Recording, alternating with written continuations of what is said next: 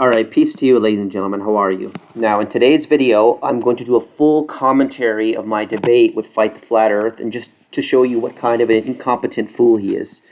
I've been meaning to do this video for a while, but I've been busy with moving. I moved out west, and now that I'm a little bit settled in, by God's leave, and I have a little stretch of time, I thought I would do a commentary on that video.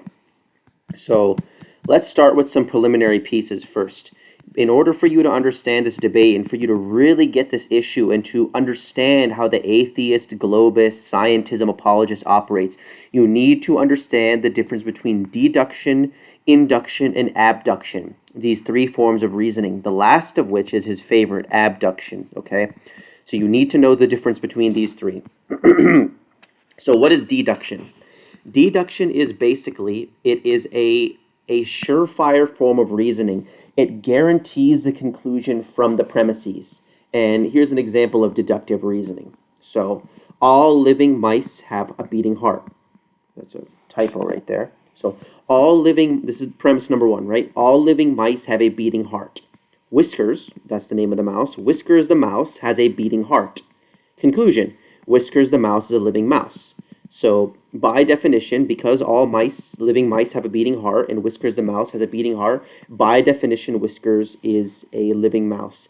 These two premises, if these be true, it guarantees the conclusion.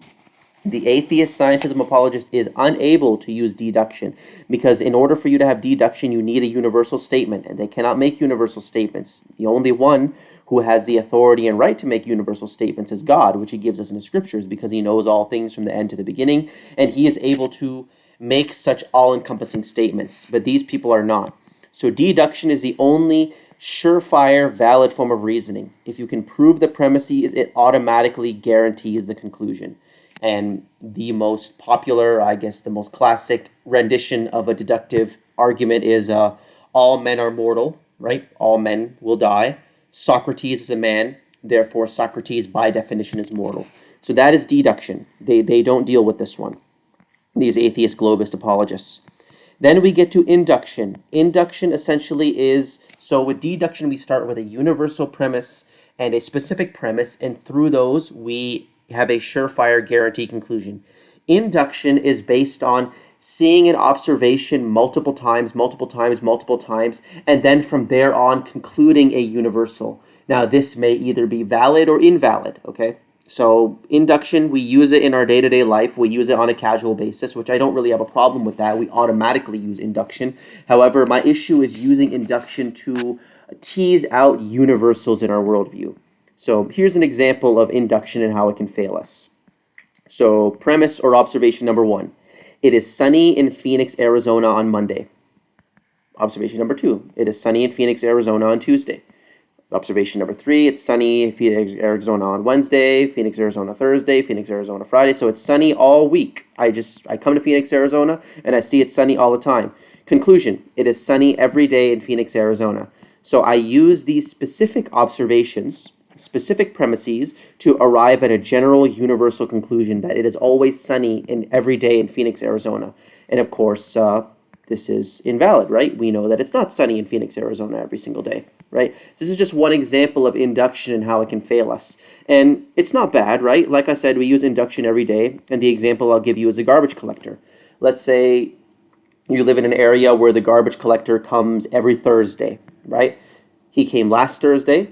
That's observation number one. Observation number two is he came the Thursday before that. Observation number three is he came the Thursday before that. So you use induction. You've seen on specifically those specific observations of the garbage collector coming every single Thursday, so you conclude that he will come next Thursday and you have your garbage ready for then so that he can pick it up and throw it in the truck that he's driving, right? So we use this every day, no problem with that, but this is not valid for determining universals regarding our worldview. It's just induction is a pragmatic way of operating in the world. That's it.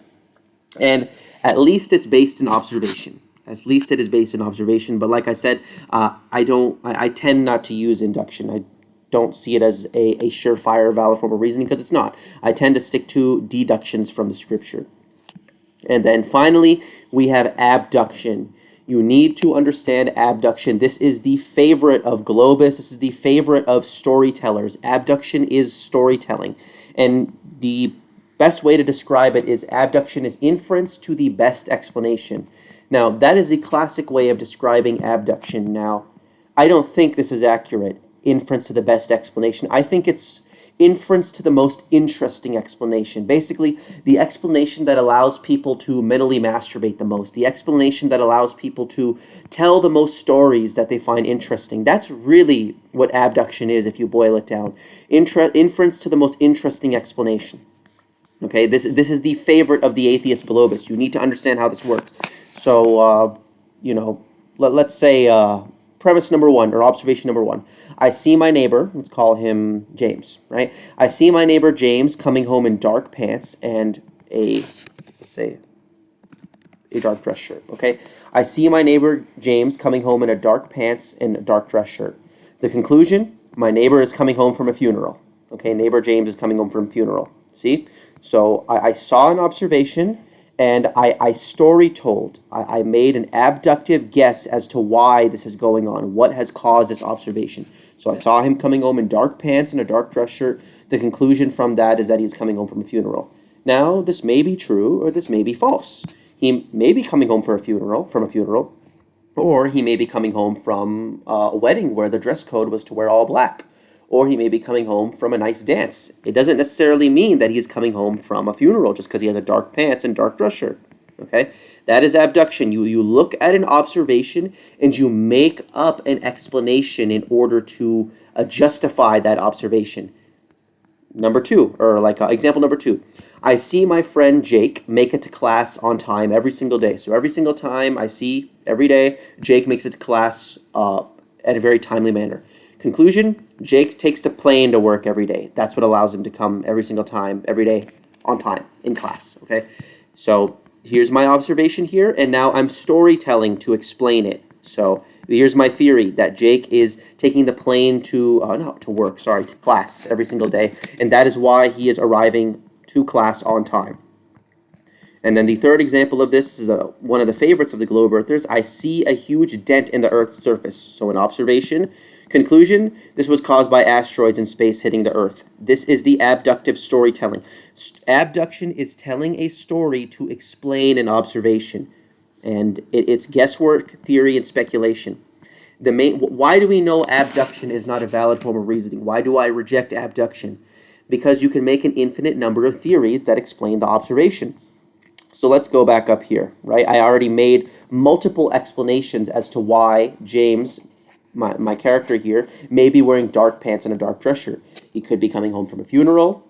He could also be coming home from a nice wedding where that was a dress code, or a nice dinner. There are multiple. Maybe she just likes that style. Maybe he just likes to wear dark black all the time, dark pants and a dark dress shirt. And in the case of Jake making it to class every day on time, he could have taken the plane to work, but also he could have driven to work. He could have not to work, sorry. He could have taken the plane to class. He could have driven to class. He could have walked to class. He could have taken the bus. Basically, the issue with abduction is that you can make an infinite number of explanations that all justify the phenomenon, and all of them are equally valid. And we know that not all of them can be right? But all of them explain the phenomenon. And that's why we know abduction is not a valid form of reasoning. Another thing you need to know is that it is not our job to explain everything. And the example I can give you of that is the eclipses, okay? So the globe earther will ask us, how does the eclipse work in the flat earth model? How does the eclipse work? I don't know. I've never been up there. But I don't believe in abduction. I'm not going to make up, excuse me. I don't believe in making up some theory, some explanation to make this phenomenon work in my head, because I know abduction is not a valid form of reasoning. So there are multiple theories that flat earthers put out there. Perhaps the sun and moon cross each other. Perhaps there's other dark bodies that are in the heavens. God knows what goes on up there, right? But it's not my job to explain everything. You need to be able to distinguish between an observation and a theory and a story, okay? So the observation in the example of Jake making it to class on time every single day, that's the observation. My friend makes it to class every single day on time. The story, the theory, is that he takes the plane to class every day. There's a difference between the two. You need to understand that whenever you're dealing with these globe earthers. And another reason for rejecting abduction is that remember that old maxim of Christopher Hitchens? He used it, and although he's an atheist, he didn't realize that it really undermines his entire heliocentric model. But that which is asserted without evidence can be dismissed without evidence. That is my worldview. So that which is asserted outside of the scriptures, of course, because the scriptures are a dogmatic axiom, we don't question those. That which is asserted outside of the scriptures without evidence, i.e. empirical basis, can be dismissed without evidence. Okay? So stories are not evidence. Stories are not evidence. And that is what these people do. They look at things going on in the world and then they attach their explanatory stories to them. That is how the atheist operates. So now that you understand the difference between deduction, induction, and abduction, we can go into the debate. So where are we going to begin? Let's see this. Okay. So we'll start with 16 minutes and 35 seconds. Right here. So sorry, my time markers are going to be a little bit off because it's such a large video. I'm going to try to get it as exact as possible, but of course it's not going to always work. So 16 minutes and 35 seconds. Talk about there, nothing I haven't heard before. Now, I don't want to be disrespectful, but I don't want to talk about God. I don't personally have a belief in God and find that the conversation of God is irrelevant towards the flat earth when empirical evidence is the best thing to use. And in general, I think that there's problems with God in... Okay, yeah, so right. He admitted it right there. So this is going to be the metric for the debate. This is going to be the standard. Of course, him and I do not agree on the scriptures. I believe the Quran is the word of God, and he does not. He's an atheist. But this is what we're going to agree on right here. Empirical evidence is the best thing. That is what he said. This is the metric for the debate. All right? And then we're going to go, let's see, what else do we need to demonstrate? Another point that he makes is science only seeks to disprove a hypothesis. This is what the atheists, they will say this constantly, right? They will continually say that science is not like religion because it doesn't prove anything. This is a lie. They don't operate like this in their day-to-day life. They do not operate like this in a debate. Once you start exposing that their worldview is a religion, then they begin to say, oh, then they fall back on their heels. They take a more defensive stance. Like, oh, science doesn't really prove anything once you show how dogmatic and religious their worldview is. So let's go to 2:14:10.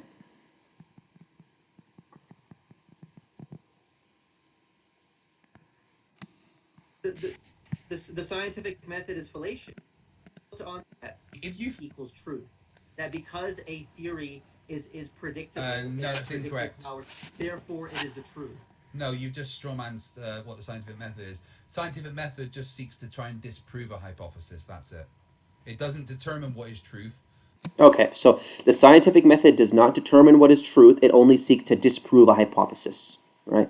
So let us just keep those two things in mind. So we have set the standard. The metric for the debate is empirical evidence, and also science does not prove anything. It only seeks to disprove a hypothesis. It doesn't find the truth. Religion is dogmatic. The scriptures are dogmatic. They're not seeking the truth because they assert what the truth is. Science is so hanif. It is so inclined to the truth because it never actually states what it is, right? All it is just disproving hypotheses. So this is the format for the debate. This is the stance that he is taking. Let us begin.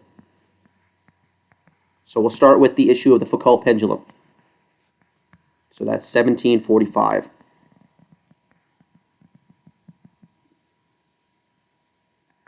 Okay. My life to the issue. Evidence for rotation.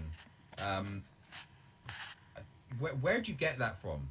Because have you ever looked into evidence for rotation? I don't understand why you would say that there is no evidence for rotation whenever you test for rotation, you can find the rotation. I've personally measured the rotation of the Earth. And how did you do it? With a pendulum. Quite simple. Okay, so that's the first point he brings up. Foucault pendulum proves supposedly that the Earth is rotating, right? So again, this is based on abduction. It is a ridiculous and unwarranted assumption. So what are we seeing? Remember, we need to be able to distinguish between an observation and a story and a theory that has been attached to it. So like I said, Jake makes it to class every single day on time. That is the observation. The story, the theory that gets attached to it is Jake takes a plane to class every single day. All right, we need to be able to distinguish. So what's going on here? All we see with the Foucault pendulum is let me type it up for you. for those who are unfamiliar. Okay, let's see. Right. So yeah, this thing basically, it's basically like those grandfather clocks that go back and forth like this, right? The grandfather clock, it goes along one axis. All the Foucault pendulum is, it's a freely moving pendulum. It just goes back and forth and back and forth and back and forth. And over the course of hours and days, however long it takes, that pendulum slightly starts to deviate. Okay? It starts to lose its trajectory in one way, and it goes slightly this way, slightly this way. It just goes a little bit off, right? It's just a pendulum that's freely moving. That's what we see. A pendulum is swinging one way, and over the course of time, that swing starts to deviate. That is the observation, okay? What is the abductive theory, the storytelling that has been attached to it? Well, basically, the globe earther says, let me find out, okay. Rotating globe. Try to wrap your head around this one.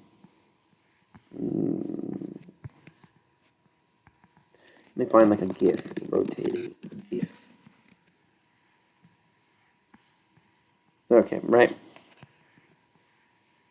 Yeah, okay. So you see what basically the globe earther is saying. So remember, that's all we're seeing, right? We look at a pendulum, it swings one way, and then that swing slowly starts to deviate. These people are actually claiming, that the Earth is rotating underneath, that the pendulum swing is staying fixed. It's not the pendulum, even though that's what we see with our eyes, right? We see that the pendulum is swinging one way, then it starts to deviate. That's not actually what's going on. The pendulum is actually completely fixed. It's not moving well, it is moving, it's swinging, but it's not deviating at all. But actually, it's the Earth that's rotating underneath it, and that's what's causing the illusion for it to appear like the pendulum is moving. That is the abductive storytelling that these people have attached to the observation. Okay? And like I said, it's based on abduction. It is a ridiculous and unwarranted assumption. What our eyes see is a pendulum that deviates, but they say that's all of scientism. They say the complete opposite of what we see. They say that the Earth is rotating underneath the pendulum. And like I said before in the debate, that the Foucault pendulum is an incredibly sensitive apparatus. It is susceptible to all different kinds of forces, magnetic flux lines on the Earth, seismic activity, displacement of air. There are many, many more plausible, logical explanations to why that pendulum would deviate other than the Earth rotating underneath it. And again, this contradicts their claim. Okay, so when we try to ask the globe earther, okay, if the Earth is rotating underneath us, how come a helicopter can't fly? And this was the historical argument given for why the Earth doesn't rotate. This is why Ptolemy, although he was a globe earther, I disagree with that, but Ptolemy, the historical astronomer and astrologist, he believed the Earth didn't rotate. He believed it was fixed. And the reason why, the historical argument given was that, let's say if you were to fly something in the air like a helicopter, how come, if the Earth rotates, the Earth doesn't rotate underneath the helicopter and the helicopter can just land down on a new spot? The explanation, the storytelling that the globe earthers will say, that the atheists will say, is that the Earth and all of its atmosphere are in the same frame of reference. So when the helicopter floats upwards and, it's staying up, that when the Earth rotates, it's traveling with it, that the Earth and its atmosphere and all of its contents move with it at the same time, right? Okay, fine, we'll let you have that. So what's going on here with the Foucault pendulum? On the one hand, they're going to say that the Earth's atmosphere and all of its contents within it are moving in a one-to-one correlation with the Earth. Basically, there's no way of detecting the rotation of the Earth because everything is in the same frame of reference. Everything is moving at the same speed. Yet, at the same time, suddenly, the Foucault pendulum, it's moving in a separate frame of reference. Suddenly, the Foucault pendulum can move independently of the Earth's rotation. Which one is it? If you pick the one side, you say that things can move independently of the Earth's rotation, as you do with your argument of the Foucault pendulum, then I should be able to fly a helicopter in the air and wait for a different area of the Earth to rotate underneath it and then land it back down, right? If you're going to claim that, but of course that never happens. And on the reverse side, if you say that no, everything moves with a one-to-one correlation with the Earth, then by definition, the Foucault pendulum, which is attached to the Earth, it is on this freely moving wire, which is on an apparatus which is attached to the Earth. This would not be moving independently of the Earth's rotation. These people pick and choose. When they want evidence of their rotation, suddenly rotation is detectable. When their rotation is completely contradictory to the observation, as in the case of flying, planes and helicopters, then suddenly we can't detect the rotation anymore. Everything moves in a one-to-one correlation with the Earth. It's ridiculous. You cannot, like I said right here, with this type of a metaphysic, he can never prove the rotation of the Earth. If you want to say that everything moves with the Earth, you cannot prove that the Earth is rotating. If you want to say that things can move independently of the Earth, then I should be able to fly a helicopter in the sky, land it down, and fall into a completely new spot. So there's no escaping this. These people, they jump between contradictory theories, just whatever they feel like is going to make their model work. Then I bring that point up to him, right? I bring it up multiple times in the debate that this contradicts the idea that the Earth, its atmosphere, and all of its contents move with it. And we'll bring that up at the 2045 mark. Bodies and Coriolis effect. So my question is, which one is it? Does the atmosphere move in a one-to-one correlation with the Earth, or does it not? Well, yeah, the atmosphere rotates with the Earth, of course. Right. If the atmosphere rotates with the Earth, then how is a Foucault pendulum, in your theory, moving independently of the atmosphere? You're saying that the Earth is rotating underneath it. So now the Earth does not carry everything with it as it rotates. And like I said, if that's the case, then forget even a helicopter. I should be able to throw a ball in the sky, and then that ball, minus any winds, of course, in a completely windless environment, and on a still day, it should land on a different spot because the Earth rotated underneath it. So complete contradiction. They cannot have it both ways. Because of friction and gravity. A Foucault's pendulum is not the atmosphere. By the rotation of the Earth? So, Coriolis forces are applied to something that is moving. So, no, it's not moving. According to your theory and your model, the Earth is in the same frame of reference as all of the objects within it. So by definition, it is not moving. We are still with respect to the Earth because we are moving with the Earth. So no, you cannot say that anything is moving in your theory unless you want to abandon the theory that the Earth and all of its atmosphere and contents moves in a one-to-one correlation with the Earth. So that's just a contradiction. Anytime these guys bring up the, this Foucault pendulum, you have to bring that up, that they're now abandoning the idea that the Earth and all of its contents move within it. And then you bring up the helicopter analogy. If things move independently of the Earth's rotation, then this has massive problems for them. And astrologers and astronomers from the ancient world, they already knew this. Then let's go to 2330 mark, where he brings up a merry-go-round analogy. Okay. It rotates underneath the swing of the pendulum, and that's what gives us the drift. It's like if you had a child, if you had like a roundabout in a park, and you were to put a pendulum on it, and you were to swing that that merry-go-round, let it go round, but then let the pendulum go, it would maintain its swing relative to you, even though the merry-go-round was going round in circles, because a swinging pendulum maintains its position relative to when it. Now, I don't know. I don't know if this is true or not. I haven't verified this, but let's just assume it's true, okay? That the pendulum would maintain its swing as the merry-go-round goes and spins underneath it, right? Okay, let's just say that that's true, okay? Again, this is problematic because if you want to say that the Earth, and with respect to the Foucault pendulum, is analogous to a merry-go-round with a pendulum placed on top of it, well then fine, all right. Let's say we put a like a remote control helicopter on that merry-go-round, right? And we cause that merry-go-round, or that helicopter to float upwards. We click the fly button and now it's just floating upwards. Would that helicopter fly with the merry-go-round? No, of course it wouldn't. That helicopter would remain independent, and that merry-go-round would float underneath it, or it would spin underneath it, right? So if that helicopter were to, let's say it was on one spot of the merry-go-round, when we float that helicopter upwards and that merry-go-round spins, it would land, if we landed the helicopter back down on that moving merry-go-round, it would land on a different spot. The exact same thing should go on with the Earth, right? So if a helicopter flies up, then a new spot of the Earth should rotate underneath it, and we should be able to land down. So no, this is not what you need. They're jumping back and forth. In the merry-go-round analogy, the floating remote control helicopter has an independent frame of reference. Excuse me. Has an independent frame of reference from the merry-go-round that's spinning underneath it. And we know, according to your theory, that helicopters, and it doesn't matter, it doesn't have to be a helicopter, it could be a cloud, it could be a ball, anything, right? Then all we would see is just clouds swishing by us one way, right? Because they're not attached to the Earth. If the Foucault pendulum moves independently, or if the Earth moves independently of the Foucault pendulum, then so should clouds, so should helicopters, so should planes, and everything else. So this doesn't work out for him. He cannot have it both ways. I tried to point that out continually in the debate, and he wasn't able to fathom that fact, or he was just ignoring it out of his dishonesty. Next point we'll bring up is on the 3130 mark.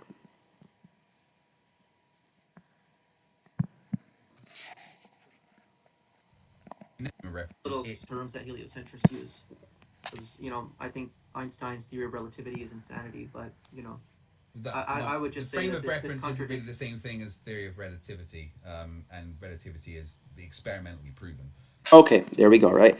So remember in the beginning, at the 2, 114, 10 mark, he says science only seeks to disprove a hypothesis, right? Science cannot prove anything. It's not dogmatic like religion. And here we go later in the debate, disregarding that standard that he set out and saying that relativity has been proven. These people are not honest. It's anything to win the debate. When you are pointing out the problems in their worldview, they're going to say that science doesn't prove anything. Oh, everything's just a theory. We're honest. We're seeking the truth. But when they're pressuring you in a debate, when they're trying to, kind of barbecue and press the hot tongs against you and cause you pressure, then they're going to say, oh, we've proven this, we've proven that, just to kind of put you on the spot in a debate. They are not honest. And next he goes to, again, the Coriolis effect with the deviation of cannonballs. We'll go to the 41-minute mark. So he's going to do this all throughout the debate. So he says that science doesn't prove anything. This is the stance that these atheists supposedly take. Yet, at the same time, throughout the debate, they're going to always bring up things that they think are proven, like evolution and the globe earth and, God isn't real, all these things that they think that they have proof of. It's ridiculous. It's ridiculous. They're not honest, right? And, you'll see later on in the debate, Fight the Flat Earth, he's going to say, he's going to curse God and, what's his name, PhD Tony, that other guy who comes on, they're going to curse God. Well, if you don't know whether God is real or not, why would you curse him? Why would you curse him? Wouldn't you be playing a very dangerous gamble at that point? If you were not sure, wouldn't you play it on the safe side? No. These people don't actually believe those things they're saying. When they say that that they're just honestly inclined to the truth, they don't know that God doesn't exist. They're not telling you the truth about what they believe. These people are honestly convicted in their heart that God does not exist, and that is why they act and behave in that manner. They just try to paint their worldview out in this veneer of inclining and seeking the truth and being open to correction. No, these people are not. But anyways, let's go to the 41-minute mark. Let's see. It's very simple, okay? We can use left and right because you're looking forward, and from your point of view, it would be right or left. So if you are at the equator and you are looking north, right is going to be east and left is going to be west, right? Simple. So if you were from the perspective of the person at the equator. Yeah, looking north, okay? You got right is east, left is west, okay? So if you fire that cannonball forward from the equator, north, that ball will actually... Okay, so basically what he's saying is that the rotation of the Earth, it imparts certain... This is known as the Coriolis effect. This is a classical argument that globe earthers will use, that the rotation of the Earth, it imparts certain forces on contents within the Earth. So cannonballs and missiles and snipers have to account for this Coriolis force. And again, this contradicts, right? If the Earth and its atmosphere and all of its contents are in the same frame of reference, everything is moving with the Earth, then there should be no such force imparted on objects that are shot within the Earth's atmosphere, like cannonballs, like snipers, etc. So it's just a back and forth game, and you need to get good at catching when they switch from one side to the other. Okay? So this is how you deal with all of their claims about Foucault pendulums and Coriolis effect. Okay? Again, it suffers from the same problem. Yep, either the Earth and all of its contents move in a one-to-one correlation, or they do not. If they do, then it would be impossible to detect that rotation. If not, then clouds would be zipping by us east to west. Again, it is also abduction, right? That's another point. So let's just say, as an example, okay, I've seen multiple military documents. He's shown in the debate military documents saying that they take into account snipers, at least when they're shooting long distance shots, that they take into account the Coriolis effect. I've seen multiple military documents showing that they don't, that it's not even mentioned at all. Whatever the case is, let's just say, I'll admit it, all right, that snipers take into account some deviation depending on the direction of where they're shooting, right, from the equator, where they are, etc., etc., etc. Let's just say that's the case. Okay. To say that it's the Earth rotating underneath it, again, is abduction. It is storytelling. We have to be able to distinguish, again, the observation from the theory that is attached to it. What are we seeing? Bullets and cannonballs are deviating depending on where we shoot them. Conclusion, the Earth is rotating underneath them. This is ridiculous. I don't believe in abduction, okay? I don't believe in making up explanations for everything. So that is another story being attached to the observation of bullets deviating, if we even accept that that's the case. Then we'll get to the 50-minute mark with 15 seconds. And this is with respect to me saying that, again, our unmanipulated experience tells us the Earth is flat and stationary, that we don't detect any motion of the Earth, and this is going to be his response to that point. Is that you don't feel the Earth rotate. What experience should be a better word. I don't experience the Earth rotate. What biological mechanism does a human being have to experience a constant movement? Well, no, it's not constant. Right, so he asked me what biological mechanism. So I thought in the beginning of the debate the metric was empirical evidence is the best thing to use. Now, later on in the debate, he's saying that there is no biological mechanism for intuiting the rotation of the Earth.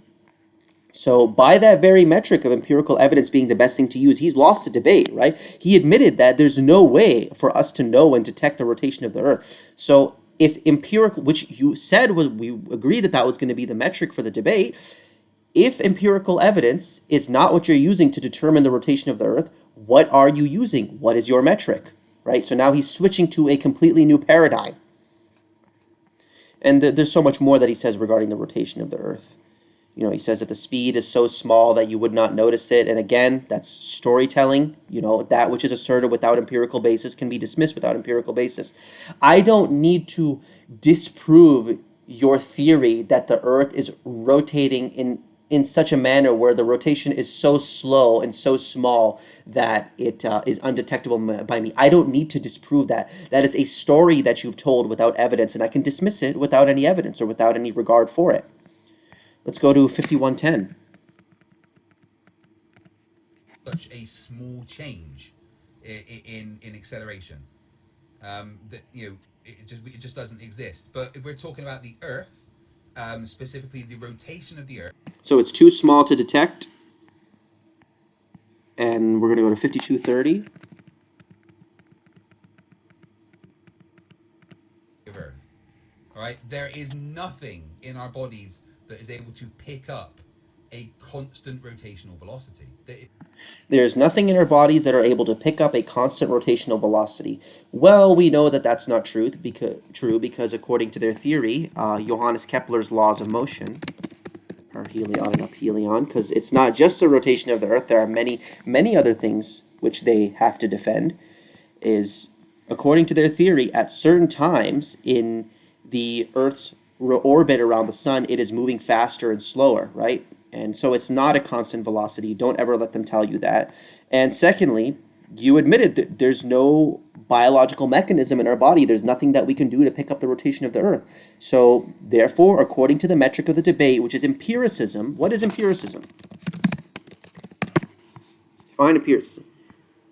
The theory that all knowledge is derived from sense experience. So we're using sense experience as the parameter for the debate. And you just admitted that we have no biological mechanism, i.e. no empirical way of verifying or intuiting that the Earth rotates. So that's just an admission right there that the globe Earth is non-empirical, which you make that admission multiple times throughout the debate. So let's see, where are we at?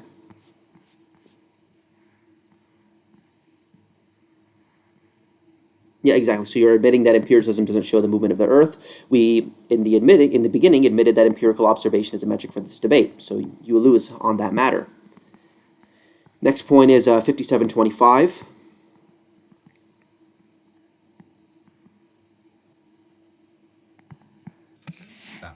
In this, that isn't just I just gave you a definition of it. There's nothing metaphysical. How would you define gravity? Gravity is an apparent attractive force between all masses that is proportional to the product of two or more masses and inversely proportional to the square of the distance between them. Right, so that's the next point, right? He's not going to define gravity in the debate, right? And we're going to skip to 5920 as well. So what he gave there, that was not a definition, that was a description, okay? What he basically, I asked him to define to me what a duck is, and he told me a duck is something that quacks, okay? Gravity is this proportional force, blah, blah, blah. Okay, no, that's a description. Tell me what it is. What is the nature? A force is not what something is. A force is what something does. Of what subject is your action? He tried to avoid that all throughout the debate. And we'll see that again in 4920 or 5920. Flat earthers, say, oh, you can't really tell me what gravity is. But what it actually is kind of irrelevant. It doesn't matter. What matters is we know gravity exists. It matters a lot. No, it doesn't. It really. Yeah, exactly. It matters a lot, right? You guys are claiming that gravity is depending on what they pick, they're going to jump back and forth between Newton and Einstein. Newton and Einstein held contradictory views on gravity. Newton believed that gravity is a force, that it is a force, that the planets or that masses are pulling things towards it. Einstein did not believe that. Einstein believed that gravity was the globe or the mass of the Earth bending and distorting the Euclidean lines of space into non-Euclidean lines of space. Bending and distorting space-time. This is incredibly relevant to the debate because for me, if all gravity is, if all we're going to say gravity is just a tendency towards the Earth, then okay, fine, I agree with that. Sure, gravity exists. Things tend towards the Earth. Is it the bending of space-time caused by the mass of the globe of the Earth? No. Again, abduction. Understand the difference between an observation and a theory and a story attached to it. What is the observation? When we drop things seem to tend towards the Earth. There's a bias towards the Earth's surface. That is the observation. The abductive theory attached to it, the story that has been attached to it, that the Earth is a globe and it is bending the Euclidean lines of space and time and distorting it around it and making this trajectory towards it. That's the theory that's been attached to it. Okay, so if we want to say that gravity is just a tendency towards the Earth, fine, no problem. I don't have an issue with that. So what they're doing is, because this guy has been in, I don't even know, man, like it's got to be like 500, 600, 700 flat Earth debates. He knows that flat Earthers catch him on this point. When you start getting into the nature of their gravity, it is nothing but metaphysics and theology. It doesn't matter. You can pick Newton or Einstein. Newton openly admitted it. He openly entertained the idea that gravity is occult, that it's based on occult spirit forces, that space is the omnipresence of God the Father. Newton was a pantheist. And then when you go to Einstein, he believed that space and time, two things which are just abstractions, all space and time are abstract concepts which allow us to operate in the world. He starts reifying them and treating them like physical objects, that now they can bend. Space and time is something which can be distorted. And this is nothing but metaphysics and theology, and what he is trying to do is he's trying to avoid that conversation. He doesn't want to go into what gravity is because he knows he is going to be exposed for the metaphysician and theologist that he is. So that was just a disgusting dodge and red herring on his part. So no, it does matter what gravity is, because you guys have all these different stories that you've attached to it, which you say prove the Earth is a globe.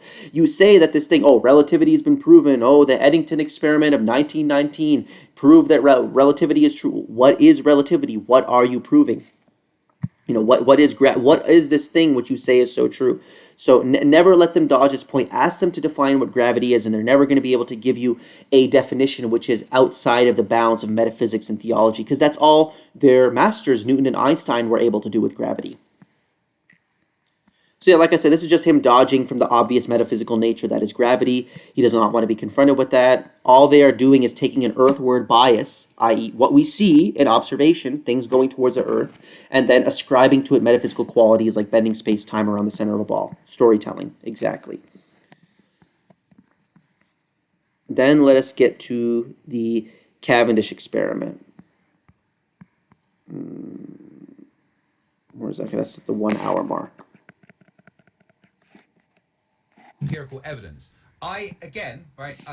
In my degree for physics, I measured gravity using a Cavendish experiment. I know it exists. In my job for the military, I discussed the Cavendish experiment in detail in my book. Again, I did cover that bit.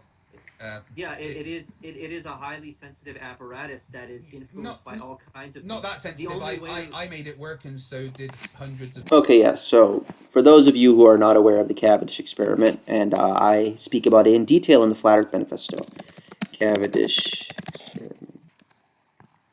Okay, so basically what happens is, let me find a good photo right here. Okay, what happens is you have these like counterweights attached to this torsion balance, and it's on this wire, and just like the Foucault pendulum, it is a very sensitive apparatus, and you have these two balls, or these two things of high mass, usually lead, and over time we will see at certain points that these counterweights right here, they will deviate towards those, what is it called, these lead balls.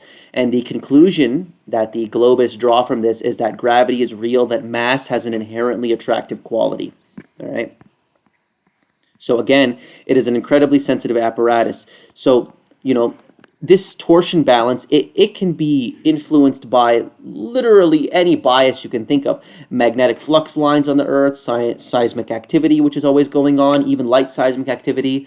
You could have air currents and displacement of air. All these things will cause this apparatus to move and start to deviate towards these lead balls. All right? And the only way for the globe earther to isolate gravity as a cause, to say gravity is what is causing these lead counterweights to move towards those balls, is they're going to have to perform this experiment in a vacuum. And of course, vacuums don't exist. Vacuum is a purely metaphysical concept which has been around since the pre-Socratic era of philosophy. So they can never isolate gravity as the cause for this because there's so many other factors which could be at play here. And again, yep, they're pushing their model into the realm of unfalsifiability.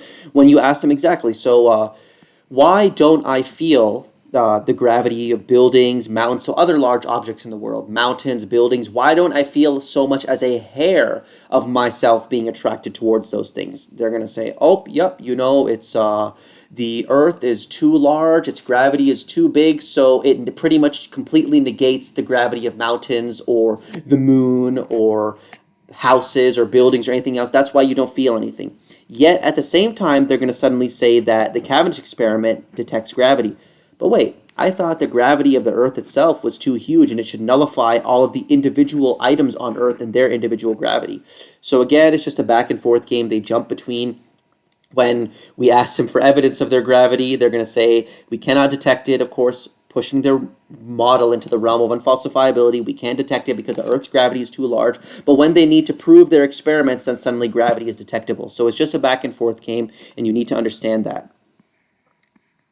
Yeah, I'm not going to get so much into that, but the Cavendish experiment is based on the assumptions of Newtonian physics. It assumes that gravity is a force that is attracting, that the lead balls are attracting these counterweights, and it was built in, what was it, like 17 or 1800s? Let me see. Cavendish experiment. Yeah, 1797 through 1798. So this experiment was built in the time when Newton's physics was de rigueur. It's built on the idea that gravity is a force. So now they're abandoning their Einstein and going back to Newton. And if they go back to Newton, that's fine. That's okay, but Newton admitted that his gravity was nothing but metaphysics and theology. He had no idea what it was, so there was no justification for it in his worldview. And you can go into my Flat Earth Manifesto. I go into that in detail, that Newton had no justification for gravity.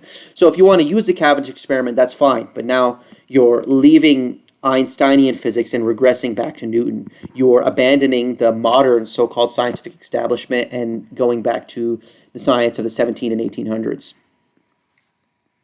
And, like I said, this is abductive storytelling. I am fine. Let's just say, okay, that there's some attractive quality to mass or certain masses, right? Okay, cool. That's fine. It's pulling the counterweights towards it. Okay. Does that mean that the Earth is a globe attracting things and entire oceans around it, that entire bodies of water conform to the circumference of this globe Earth? No, that doesn't. That is storytelling. Again, distinguish between an observation and a theory. An observation, okay, cool. These lead weights are moving towards these lead counterweights are moving towards those balls. Great. That's the observation. The theory that they're attaching to it is that gravity in their whole heliocentric model is true because of that. That is not true. That is an unwarranted assumption, and it is just they're making up explanations for the observation. And, there have been multiple explanations given for this phenomenon, gravity and the earthward bias. You can check out a YouTube channel by the name of Ken Wheeler. I mentioned him in my book. I don't go so into a lot of the stuff he says because this guy also seems to be obsessed with metaphysics. But, he does provide some interesting explanations and alternative theories as to why things progress towards the earth. But, you can check that out if you will. I don't really get so much into that. So yeah, so the main issue with the Cavendish experiment is that it's contradictory. On the one hand, we don't feel the gravity of individual objects, big objects on the Earth like mountains, because the Earth is too big and its gravity nullifies theirs. Yet at the same time, they can detect the gravity of small objects on the Earth. So back and forth game. Let's see. Trying to find a specific point here.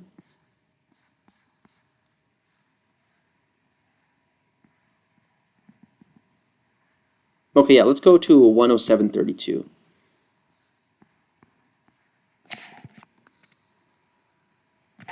Skip. Okay.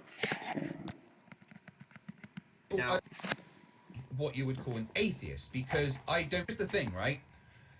I'm not really what you would call an atheist because I don't say that God doesn't exist. I am not what you would call an atheist because I don't say that God does not exist. So he is saying he's an agnostic here, right? And again, we'll go to 112.25. Let's see.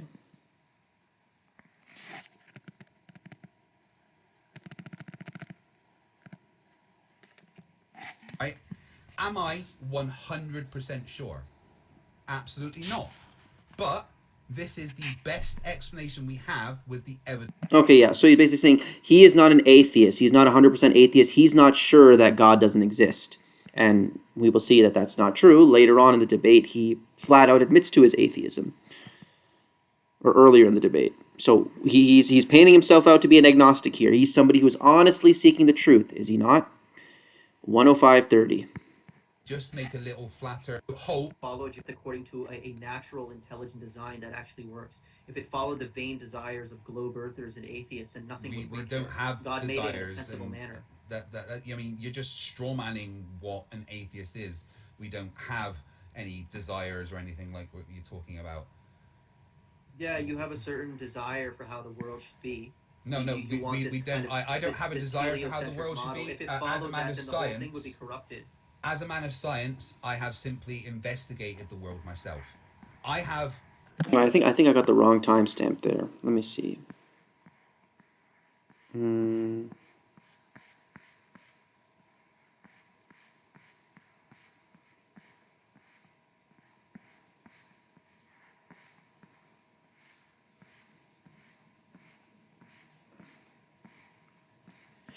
Okay, yeah. So he admitted that he is not that he's an agnostic, that he doesn't exactly know that God doesn't exist, that he's open to being corrected on that issue. Pretty much, that's a stance these agnostics take. And I'm going to take you to 325.50.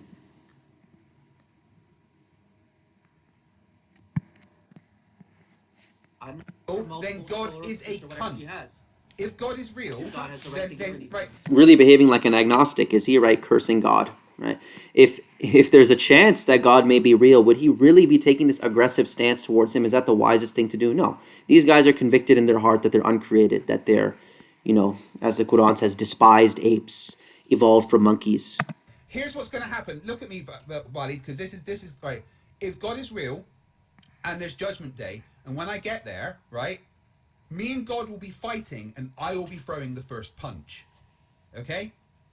But God isn't real, so that's not going to happen. So God isn't real, that's not going to happen. I thought you weren't exactly an atheist, you were agnostic, that you were not sure that God doesn't exist. These people don't believe the things they're saying. They are dishonest. Whatever they can say to make them feel like they are winning the argument in that particular moment, whatever psychological tactic they can make up, they're just going to make it up. All this stuff is just a big power process to them. Okay, you need to understand what the power process is. It's something that Ted Kaczynski talks about in his Unabomber manifesto. The power process is a legit process. Men need to go through it. We need to feel like we're accomplished something. So I'll give you an example, right? When I go and work out, right? When I complete a workout, I feel myself pumped. I have all this blood pumping through my muscles. My veins are popping out and everything like that. My shirt feels tight. That's a power process for me, right? You do something and you accomplish it and you feel powerful thereby. Men need to go through that. We need to accomplish something. Now, strong men, they seek out the power process. Strong alpha men, logical men, men who are more dominant, they seek out the power process in real productive things in life. So whether they're going out and making money, whether they're going out and finding a woman or women, in at least wives, right? Whether we go out and work out, whether we go out to a boxing gym, whatever it is, we try to, or even a labor job like flooring, like plumbing, we seek out the power process through natural, intuitive things, through a physical way. What weak men in this world do, because everybody needs a power process, men need to feel like they're accomplishing something, right? What weak men do, like him, is they get their rocks off. They feel more powerful than other men. They fulfill this power process by calling other men stupid and idiots, by debate-entertaining and mentally masturbating online, by making themselves feel like they're smarter than other men. And by these people, they cannot resist the opportunity to call somebody a fleur for a flat earth idiot or a flat earth effing idiot or whatever. This is how they go through their power process. Different men go through it in different ways. Strong men, they go out into the real world and they accomplish this power process doing real things. Weak men, they do it either via video games when they shoot somebody's head off and they teabag their corpse, that makes them feel powerful and dominant, or like let's say you're playing on Xbox Live or whatever, and you message the person you're playing against, and you say, "Oh, your mom's a cunt," or "She's this or that," or whatever. This is how weak men go through their power process, debating online and calling other people stupid. This like soy boy thing. And strong men do it by actually doing things in the real physical world. So this is just one big power process to them, and anything that makes them feel like they're winning the debate, they're going to say it. Doesn't matter if it contradicts the last thing they said 5 minutes ago. They don't care. At one moment, he's an agnostic, and he's not sure that God doesn't exist when it suits him in the debate. And now, in another moment in the debate, when it suits him, he's an atheist who doesn't believe God exists. These people don't care about the truth. It's just one big power process. And these people have been defeated in life. Okay, they have not been successful in getting the respect of other men. They have not been successful in getting the respect of women, and this is how they feel dominant over others. Understand the power process. If you get that, you will understand a lot of human behavior. So there's that. Let's go back to where we were at, though, in the debate. So let's go to 105.50. The earth, according to others, Like, would be corrupted. as a man of science, I have simply investigated the world myself. I have personally confirmed that the earth rotates. He has personally confirmed the earth rotates. I thought science doesn't prove anything, though. I thought science doesn't confirm anything. Science can only seek to disprove an hypothesis. And again, let's go to 107.06, where this was, his storytelling at this point was legendary with respect to the Big Bang and the singularity. 107. Know that the universe came from a singular. I don't have any beliefs. I know that the universe came from a singularity. He knows the universe came from a singularity. I thought science doesn't prove anything.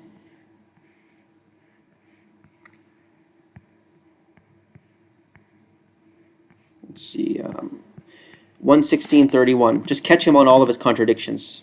116.31.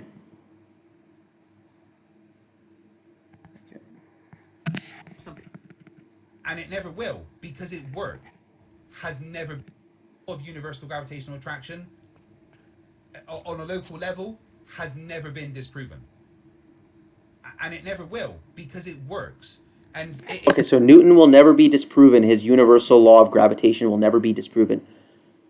I thought science doesn't prove anything. It only seeks to disprove a hypothesis. How do you know that? Wouldn't that be going against the whole honesty that your science supposedly has? This is a religion. This is a religion being disguised as an honest seeking of the truth. It is not, okay?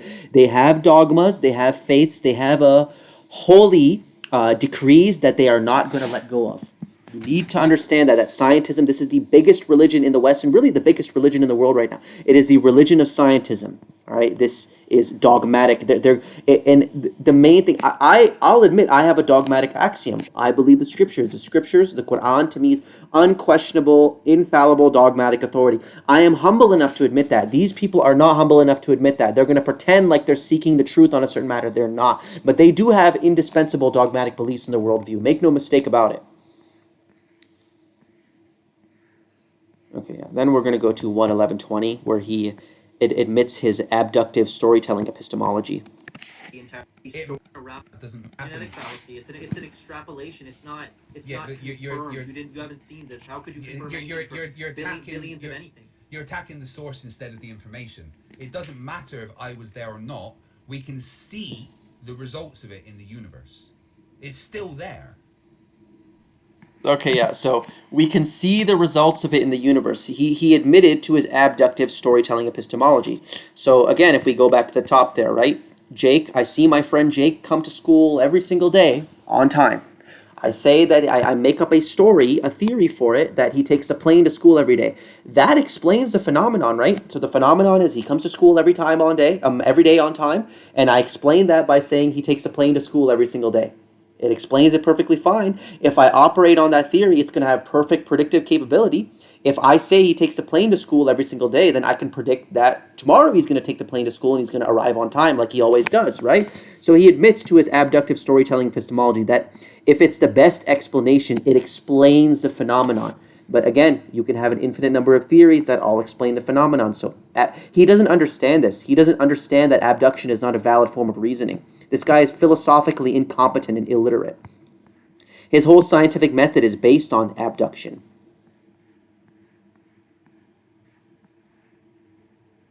So continue on. Where can we go? Oh yeah, this one was one of the best parts. We'll go to 1:30:50. Well, that doesn't make sense to me. Therefore, it's wrong. Because it was angled. Not including refraction, the horizon's like 3 odd miles away. All right. 1 degree is 69 miles. You are not going to see a tilt. So I don't believe in a physical geometric horizon. Whether you believe it or not is irrelevant. It's there. And for the purposes of the conversation, we assume that it's there because we're talking about if it was there. Here it comes. Here it comes. See the physical geometric horizon? You never see the physical anything ever. Anything. You never see the physical of anything ever. Okay? I thought we admitted at the beginning that empiricism, and if we define empiricism one more time, just like a broken record, I'm going to say it to make things clear. Empiricism is a theory that all knowledge is derived from sense experience. And you just admitted we don't see the physical of anything ever. You lose a debate on the very metrics that we set out and standardize the debate, you lose. If we can't see the physical of anything ever, you by definition cannot be engaging in a debate about empirical evidence. You know, don't see the physical of anything ever. Then we'll get to, here's another point, 134.05, where he brings up that video.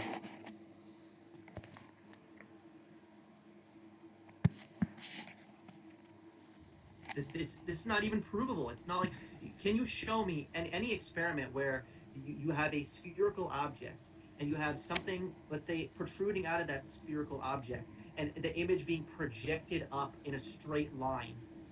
Okay, so now we're talking about the whole issue of mirages, their mirage delusion, their mirage black magic and sorcery, right? And I asked a very specific question, and he did not meet that demand. Can you show me something, an observer and an object protruding out of a sphere, and then that object, which is protruding out of the sphere, which the observer is observing, being brought up by refraction on a straight line path as if the Earth is flat so you can see it. Basically what they claim for refraction, to explain away all of the piling observations that flat earthers make against their model. And he does not meet that requirement. Let's see. Yes. To an observer behind a curve. Show me that. Okay, sure. 2 secs. Let me get the video up. Okay. action is the Okay, let's skip and get the video. oh, that's the wrong one. Right. Let me zoom in so you can see. Yeah. Okay. It's an illusion. It's a mirage. So here, right, we've got a can. Oh, it's not showing the right thing. Hold on. Okay, we've got a can here, right? You see the can, and the can has 3 bits of plasticine on. Okay, so let's just skip to the experiment, right? So we know So- of this tank. Do we agree? Yeah. So we're holding a curve. Okay, so basically what happens is this guy pours on some liquid, he changes the refractive index, and then what's it called? This like canister, which he's covered with different strips of Play-Doh, the blue, the green, the red. You see the red come up from behind the so-called curve. Now, this is not analogous to what he needs for the globe Earth, all right? This is not analogous to it. Why is it not analogous? Because this object here is not hidden behind a curve. It is hidden behind an object, okay? How do I explain this?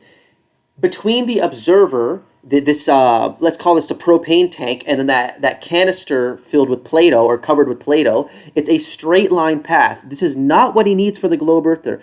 They're never going to do this. And he did not meet my requirement. A more accurate representation is put the camera on this what is it called right here, this propane tank, and like fix it to it coming out of the circumference, and also fix that canister with the Play-Doh on it outside of that propane tank, and then do this experiment. You're going to see it's not going to work for you. It's going to look totally opposite to what we're seeing on the Earth. Lake Michigan skyline, something like that.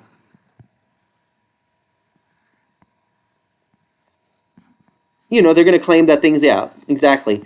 They're gonna say that this is a mirage. Try doing that. Try putting that canister covered with Play-Doh on the propane tank, and also put the camera on the propane tank. It's not going to look anything like what we're seeing. This is obviously not a mirage. This is reality right here. You can see that skyline across the water. So no, this is not analogous to what they need. They're using a flat interface. That camera is on a flat table, and also that, what's it called? That canister with the Play-Doh on it is on a flat table. So actually they're using a flat model. You need to fix those to the edge of the propane tank, around the propane tank, then you will have an accurate analogy to the Earth. But they're not going to do that, because if they do that, you're going to see it's going to look nothing like what we're seeing in reality. So that is just a fail on his part, a failed experiment. The methodology is flawed. Yep, the example he showed me is not analogous to the globe Earth. What he has here is a flat, curved object, a cylinder, and another object on a flat table behind it, and the camera itself on a flat table. This does not prove anything. What he has created is essentially a flat plane with an obstruction in the way, which is in the shape of a cylinder. So this is not being hidden behind, this canister with Play-Doh is not being hidden behind any curvature. It's being hidden behind an obstruction, this canister, this propane tank. This is a very different analogy this is not analogous to what he needs for his globe Earth model. Yeah, and if you want to make this accurate, you would have the Play-Doh canister, so the thing with the bands of color on it, protruding out of the cylinder, which should really be a sphere, and the camera also protruding out on the surface of that cylinder. And if we want to make things really, really accurate, we would say that that propane tank should also be rotating, and then his whole model falls apart. He can't even model it properly. So that was a fail on his end. Let's go to 127.10.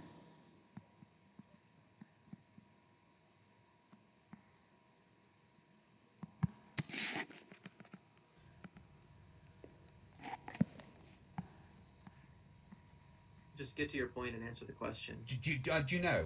I mean, you spent so long investigating I assume these are things that you would know.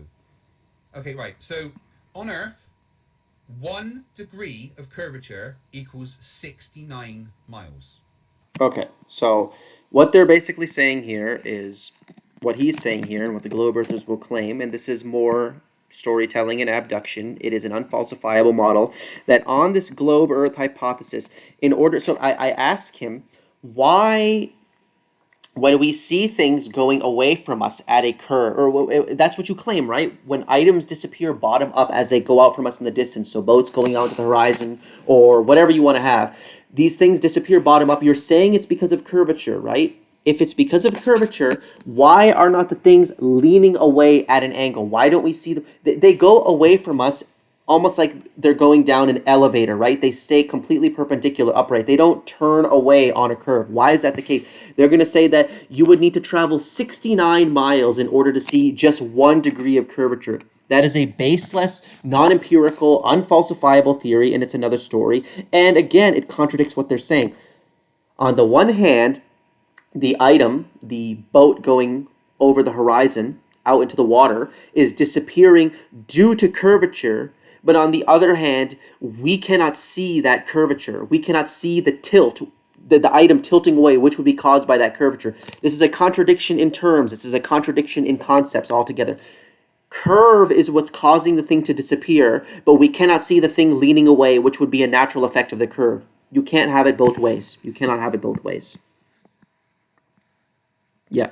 Also, it contradicts. On the one hand, you're saying that things disappear because of curvature. Then, on the other hand, you're saying that you would not see them lean away, which would be exactly what would happen on things leaning away due to curvature. On something that's on a curved surface, it would lean away from you at an angle, but we never see that. Okay, so he's just contradicting himself again.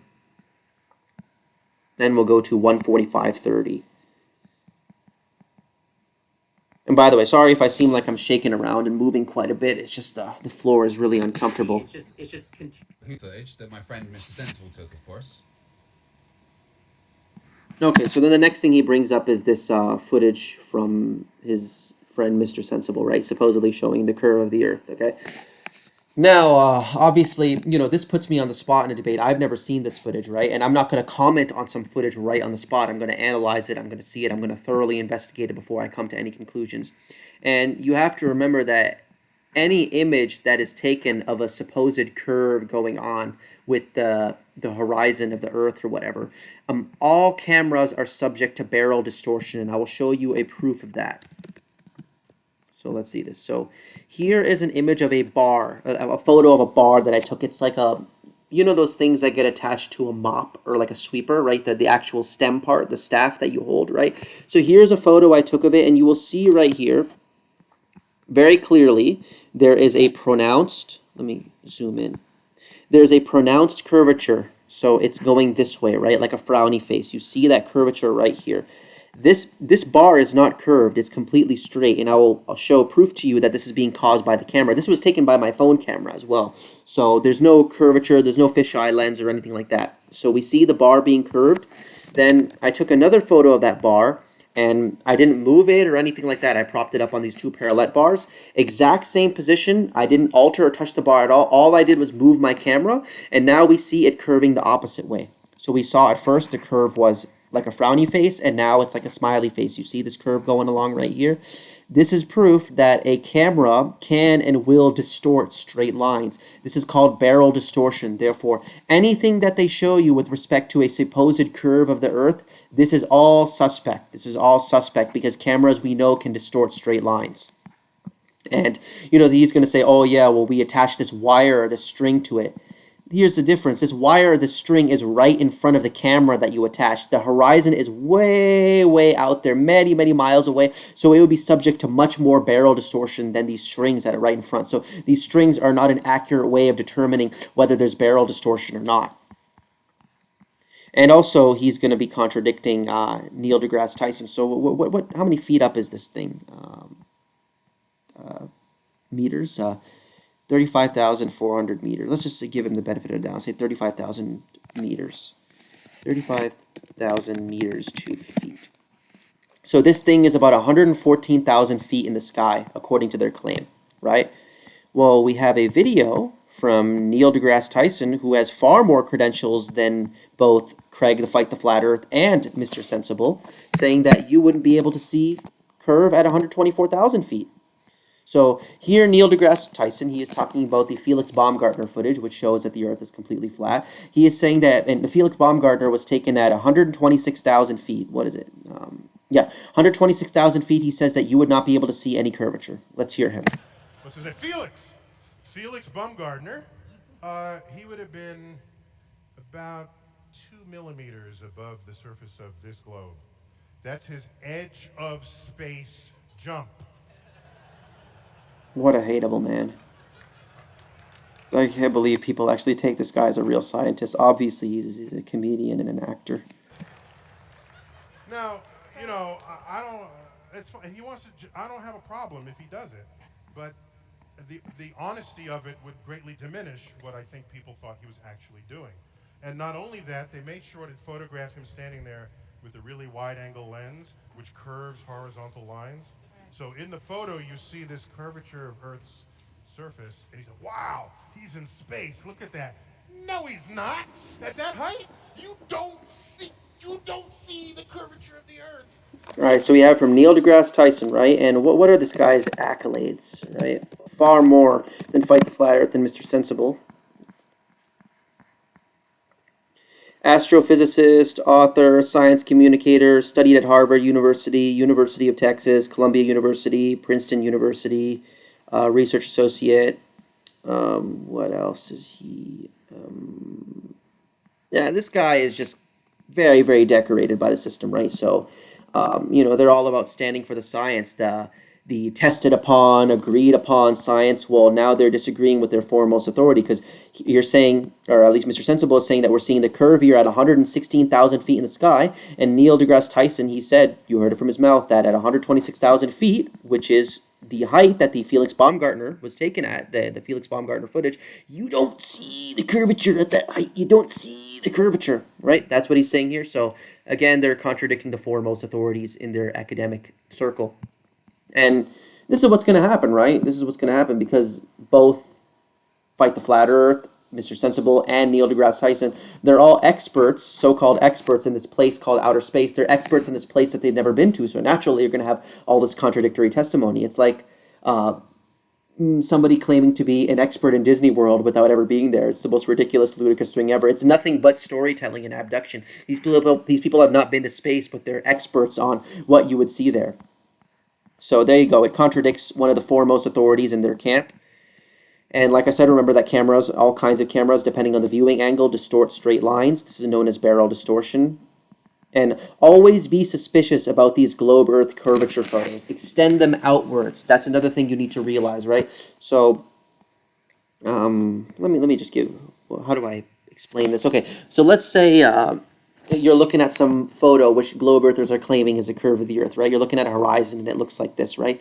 What you need to do is extend it outwards, okay? If you're seeing a curve like this, just imagine what would happen if you extended that outwards, right? If we turned, let's say, the camera, right? Let's say we're facing north and we turned our camera towards the east, would that curve start again? But no, that wouldn't be right. If the curve started again on the other side, then you would just be like what you've done is now you created the McDonald's arches. Every single one of these curvature photos and videos are suspect due to barrel distortion and due to just the illogical nature of having a curved Earth. Because what's going to happen if we... Let me see this video. If we turn this camera, is the curve just going to start again?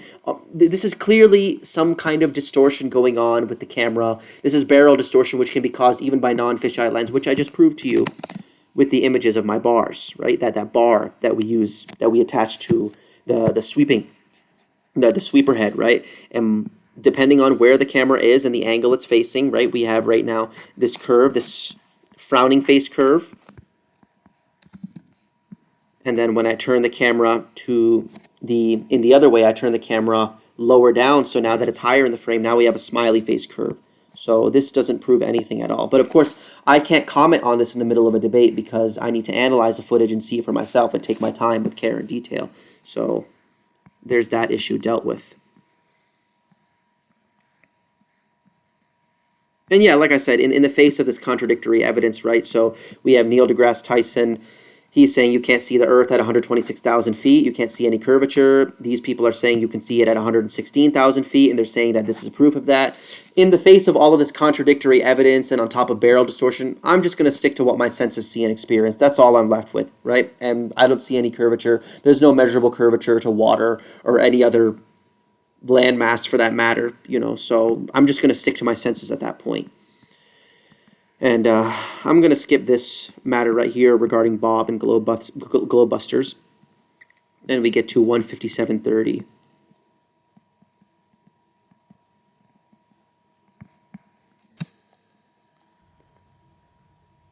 You just admitted to me that our bodies are insufficient for Yeah, our bodies aren't intuiting measuring the movements tools. of the Earth. Yeah, why would I rely on my senses? My senses are useless. There you go. I don't. Why would I rely on my senses? My senses are useless. Keep in mind, ladies and gentlemen, that this guy right here, he is the top globe apologist in the world. In the world, we have the greatest debater and defender of scientism in the globe earth. This guy has been in over 600 to 700 debates. He is the master of this tradition, the best defender, admitting that his senses are useless. Okay, and again, we agreed in the beginning of the debate that empiricism was going to be the metric for which we determined whose evidence is more reliable, whose evidence is more substantial, and who wins a debate. And he loses a debate on that very point. If he says that his senses are useless, he has totally abandoned empiricism, which we agreed was the metric for the debate.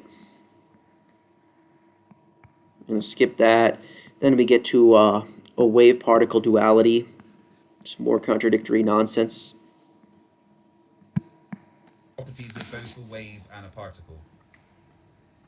Something that displays properties. Through space, or it is a wave traveling through a medium. It is something that displays properties of both a wave and a particle.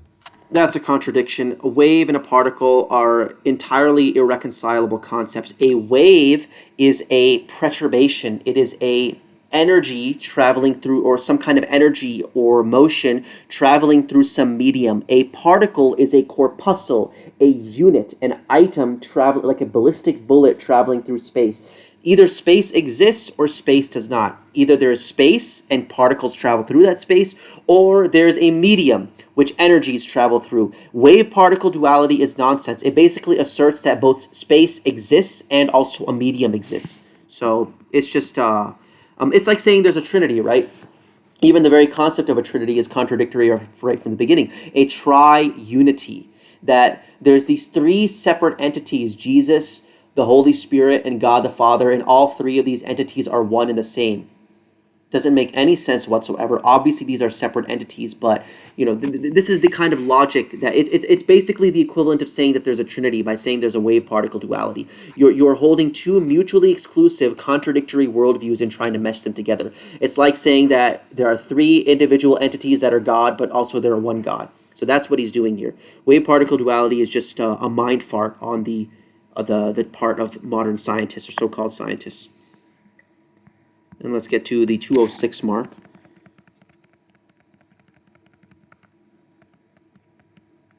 We know things fall to the earth. Okay, We're talking about light here. Let's stick with light. At a certain rate, and then you start attaching this metaphysical theory of gravity. This is how things have worked. This is how these. There's nothing metaphysical about gravity. You're kind of jumping around points here right now. We're talking about light. You haven't even defined to me what gravity is. I did. You just don't like the definition. No, That's kind of a you problem. No, you gave me a description of the mathematics. You didn't tell me what it is.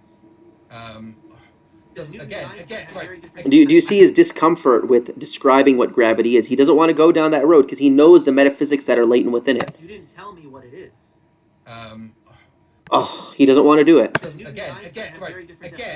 Again, it doesn't matter what it actually is. That doesn't matter to the fact that we know it exists, all right? If you want a different description, it is a distortion in space-time that makes things that are traveling in a straight line follow a geodesic. There you go. So that's the Einsteinian definition. And that is purely metaphysical in nature. No, it's demonstrated to be factual by the Eddington experiment of 1919. Demonstrated to be factual. I thought science doesn't prove anything. So there we go with the reification fallacy. This is a reification fallacy. You're taking literally. No, I mean you just used the fallacy. Right. So space-time is not a reification fallacy. Einstein's theory that space and time bend by the influence of mass, this is not a reification fallacy. That's what he said, right? Let's see the textbook definition of a reification fallacy, which I pulled up in the debate, but he ignored it, of course. All right, let's go to logically fallacious.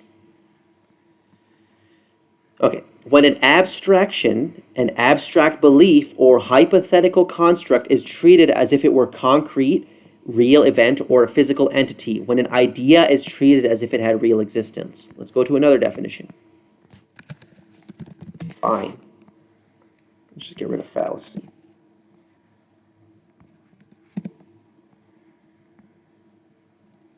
right? The act of treating something abstract, such as an idea, relation, system, quality, etc., as if it were a concrete object. That is what he's doing. Space is not physical. It is an idea, okay? He is treating this idea of space and this idea of time as if they are physical qualities that can be bent by the influence of mass. This is by definition a reification fallacy. So that is, again, his philosophical incompetence there when he doesn't understand that.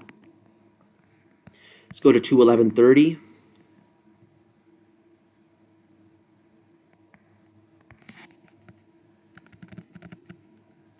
Is space-time. Simple. And space-time can be manipulated by mass, experimentally demonstrated via the Eddington experiment of 1919. So again, that is more storytelling and abduction. So let's go to the Eddington experiment of 1919. Eddington, 1919. Okay, here we go. So now, again, we need to distinguish between an observation and theoretical abductive stories that have been attached to it. Let's go.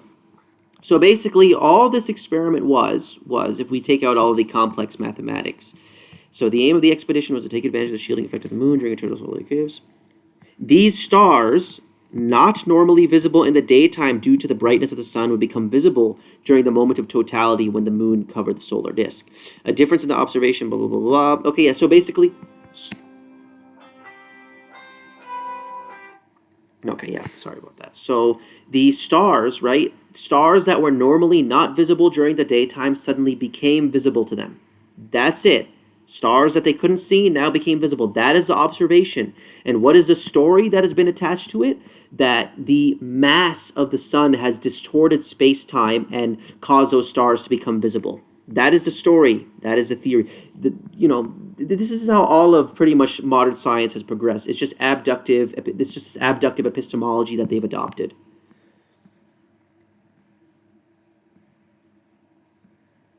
Let's get to 2:19:05.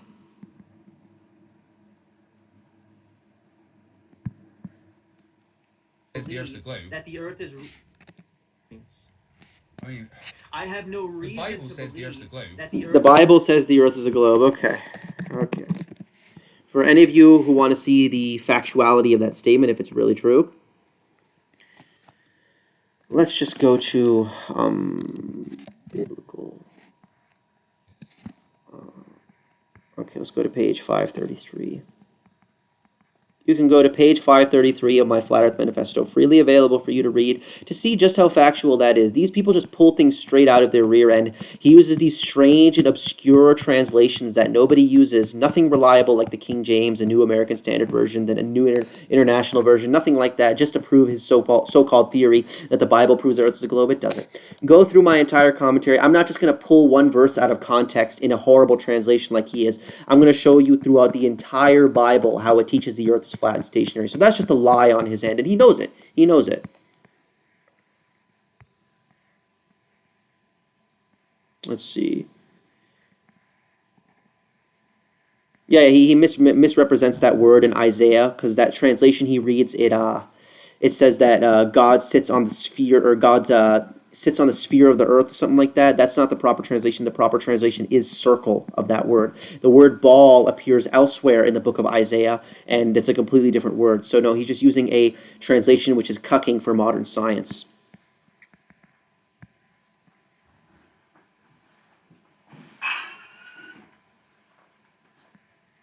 Let's go to 2:21:05. Translation. no, For ball is completely different than what's used here. The proper translation of that is circle. no. Actually, when you look at the actual translations of the original text, The actual translations of the original text, that's a lie. He's never looked at any actual translation of the original text. He's just making that up as a psychological tactic to pressure me in a debate. Where's that verse in Isaiah? Look, what is this? The Dewey Reams Bible, the Peshitta Holy Bible translated. What is this stuff? Okay, let's go to Isaiah 40:22. Any reputable translation knows how that passage is supposed to be rendered. He sits enthroned above the circle of the earth. God sits above the circle of the earth. It is he who sits above the circle of the earth. He sits enthroned above the circle of the earth. It is he that sitteth upon the circle of the earth. It is he who sits above the circle of the earth, etc., etc., etc. These are reputable translations here. And again, we know that my supposition here that this means circle is the right one, because that's consistent with everything else that the Bible describes about the earth. And you can read that in the Flat Earth Manifesto. So, when he's saying that, when you actually look at the original translations, that's a lie. He hasn't looked at any original translation. He hasn't looked at any original text. That's just, he's just making that up on the spot.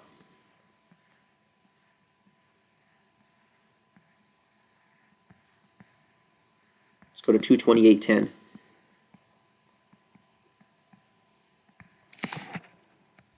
It's some object where you, for figuring out where you are using a sextant is based on the knowledge that the Earth is a sphere. Celestial navigation wouldn't work the way it does if the Earth was flat. Okay, so basically he's going to say here that, and I haven't verified this for myself, but let's just accept this as true, right? What is it? As you go away from the North Pole, every 69 miles, the North Star is going to decline in your view, in your field of view, by 1 degree. That's what he is going to claim, right? And he says this, that it would do that unfailingly. It would do that unfailingly, that it would go down 1 degree every 69 miles until finally it disappeared at the equator. Well, that assumes that the Earth is a perfect sphere, and that's not going to work in your model, because according to your model, there's a bulge at the equator. Let's see. Earth, bulge, equator. So this is a standardized understanding of the globe Earth, that according to the rotation of the Earth, it imparts certain forces on the Earth which cause it to bulge at the equator. So by that very definition, you have now abandoned the bulge. You have abandoned the idea that the Earth is squished at the poles and extended at the equator. And now you've entered this worldview where it's like a perfect Platonic sphere. So are you going to give up the idea that the Earth is rotating now? Are you going to give that up? Because if the Earth is rotating, you're going to have a bulge at the equator, right? It's going to impart these forces, which is going to cause the equator to stretch out. So now he's abandoning the idea that the Earth rotates, because according to this theory, if the Earth, if every 69 miles we declined away from the North Pole, the North Star would go down by 1 degree. By definition, that would make the Earth a perfect Platonic sphere. And if it's a perfect Platonic sphere, it would not be experiencing any rotation, because if it experienced rotation, then it would bulge at the equator. So he again contradicted some of the other stories that are required for his model. Next point is I use the Southern Israelites' argument of basically in their worldview, the sun is an exploding bomb that attracts things, the most ridiculous, asinine theory anybody can ever think of. We will go to 232. We can measure it. The next thing you said was physics of the sun, and you talked about how it's radiating heat, yet it's heat is an expansive force. Yeah. How is heat transferred in space, which is a near vacuum? How would you assume heat is transferred? I don't believe in space and vacuum. Well, whether you believe in it or not, right? That's not the point. Okay. I'm not gonna assume your metaphysics. Again, we're having a conversation about if this is possible. Okay, so we have to, do some thought experiments and put ourselves in that position. So, if we assume, so he says that the sun is in space in a near vacuum. If we assume that the sun is in space in a near vacuum, let me translate that. So basically, in an empirical worldview, in an empiricist worldview, and I'm not a full empiricist, right? I believe the scriptures are the dogmatic axiom that I hold as infallible in my worldview, right? But we're debating empiricism, right? What matches our sense, observation, and experience? In empiricism, bombs don't attract things, okay? Bombs push things away, exploding things, heat, radiating hot bodies push things away from it. But if we assume a vacuum, if we assume my metaphysics of a vacuum and my abductive storytelling, then maybe we can make bombs start to attract things. This is just, again, more storytelling on his part. I'm just going to skip that point. There's so many points we can make against this guy. Go to 235. So again, empiricism is not what he's using to supposedly prove that the Earth is a globe. He's not using empiricism. He's using something else entirely. In space, can you please answer that? Assuming that space is real, because that is the conversation we are having. You're gonna have to tell me because I'm not. I don't know how this Right. metaphysical model that you made works. Tell me how a space transfer. So what you're doing, so what you're doing is you're saying this shouldn't work because heat is a radiative force without actually knowing how it works. Every time I've seen. So yeah, like I have to explain to this guy that he is a radiating force and that bombs don't attract things. This is ridiculous. This is what you have to do to defend that the Earth is a globe. The idea that the Earth is a globe. This is the kind of stuff that you have to go and like humiliate yourself by defending. Heat in my life, it's expansive. Yeah. Right. So what you've done is you haven't looked into how things work in space, have you? You haven't looked into how things have worked in space. Translation. You haven't looked into how things work in my baseless metaphysical stories, right? Every time I've seen a bomb, it doesn't attract things, it pushes things away. But you have the story that you can tell me where it doesn't. That's asserted without evidence, and it can be dismissed without any evidence. And again, 236.06, more of the same point. Explaining how things are working at the particle level. Right, well then you can't try and debunk it if you don't know how it works, can you? Do you see the femininity here? Do you see how he's like talking down to me like some annoying female teacher going through her power process? It's really, this is how these people feel important in life because they've been utterly defeated. This is how they feel strong when they tell other people they're stupid and talk down to them like some awful female teacher. Right, well then you can't try and debunk it. Do you see the if you bitchiness? don't know how it works, can you? Unseen because I have no knowledge of it. It's just theory and speculation and abduction. Well, it's not theory, it's the things that are fact. It's not theory, but it's a fact. I thought science doesn't prove anything. 236.50. I would like a yes or a no, right? Are you saying that the sun's heat should push the planets away? Yes or no? Yes. Via what medium? According to how you described, how the heliocentrists describe the sun to be, yes, it should push things away. There should be no attractive factor. Why should it?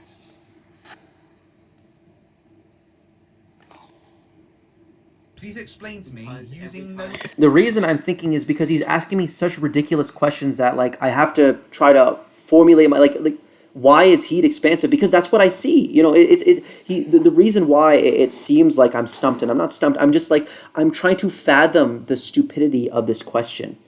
Like it's like asking you know, even the hadithans, they'll ask you this ridiculous question in order to justify their hadith. They'll be like, oh, how do you know the Quran says what it does? Because I read it and it says what it does. It's like at some point you get to such a rudimentary foundational level where the question is so ridiculous you don't even know how to handle it at that point. Physics. In my life, it's radiated outwards. It's never pulled anything towards it. Okay, and the sun doesn't transfer heat in the same way You as something... cut out there for a second. The sun doesn't transfer heat in the same way that a hot like thing does in the atmosphere. There's no medium to transfer the heat like. Basically, I have to explain to this guy that heat is expansive, and exactly what this comment right here sums it up perfectly. Do you see what a joke this theory is? How much of an obscurantist scumbag you have to be to believe the Earth is a globe? This is the kind of stuff you have to do if you want to believe the Earth is a globe. I have to explain to him why bombs and heat don't attract things. Let's go to 244.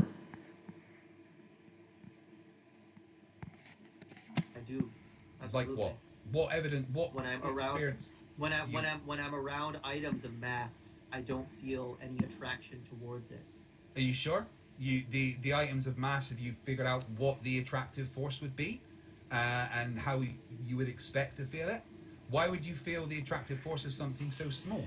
Why would you feel the attractive force of something so small? Again, obscurantism. This is a moving the goalpost fallacy. Let us see what a moving the goalpost fallacy is. You are pushing the evidence into a realm which is unfalsifiable. Moving the goalpost.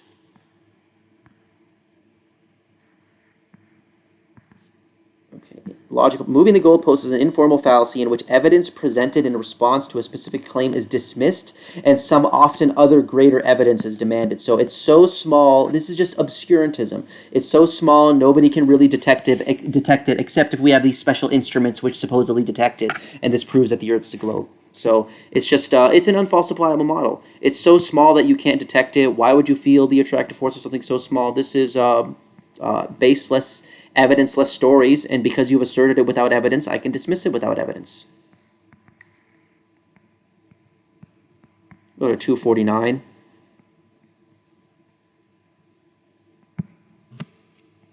The argument still stands in substance that there is a system of pressure around the Earth, and it doesn't disperse automatically out into the vastness of space. It doesn't. It shouldn't. There's out. no reason it's like it should. It's cinched around the Earth.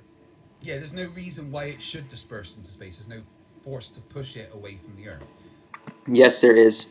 Yes, there is a reason why the Earth's atmosphere would disperse into space. Whenever you put a high-pressure zone near a low-pressure zone, the first thing that the high-pressure zone seeks out is to mediate itself. That is why when you're baking your cookies in the oven, inside that oven is a high-pressure system, and as soon as you open that oven door, all of that pressure disperses out into the atmosphere, all that you feel that heat coming onto your face, right? The high pressure, as soon as you remove the physical firmament, it seeks a low pressure zone. The exact same thing should happen with the Earth in space. If the Earth is a high pressure system, which it is, it should completely disperse out into space. So, I have to explain these basic physical concepts to these people, these concepts, because their worldview is defiant to any real empirical science and evidence. It's just, I don't even know what to say about this model. What are they going to accept as evidence? And the truth is, all they're going to accept as evidence is what the so-called scientific establishment says. That's their priesthood. That's it. They don't believe in empirical evidence, these people. I have to explain to this guy why high-pressure systems seek low-pressure mediation, why the atmosphere of the Earth would seek out a vacuum to mediate into. It's ridiculous.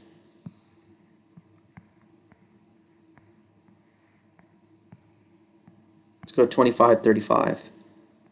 Or 25335, sorry.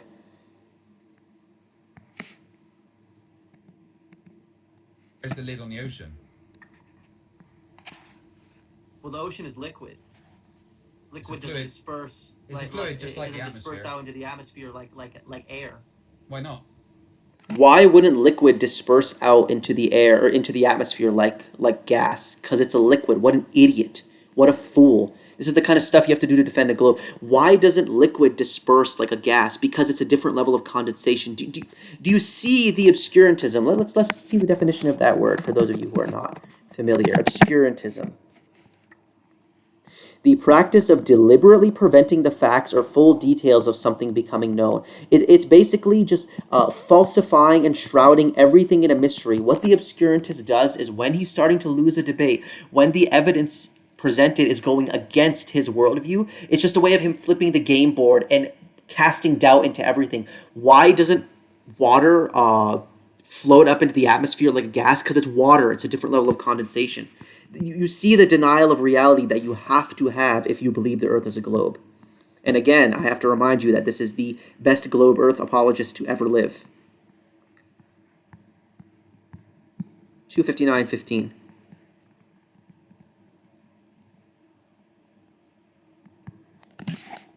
It's called confirmation bias.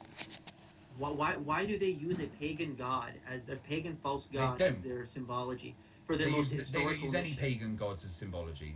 They don't use any, NASA does not, this is, we're talking about NASA, right? NASA does not use any pagan gods as their symbology. Let's see, the most important mission NASA has ever conducted. Who did they dedicate this mission to? He said that they don't use any pagan gods as their symbology. Why is it named after, last time I checked, Apollo is a pagan god. It's one of the Olympian deities, right? They don't use pagan gods as their symbology? Let's see, where else? Apollo.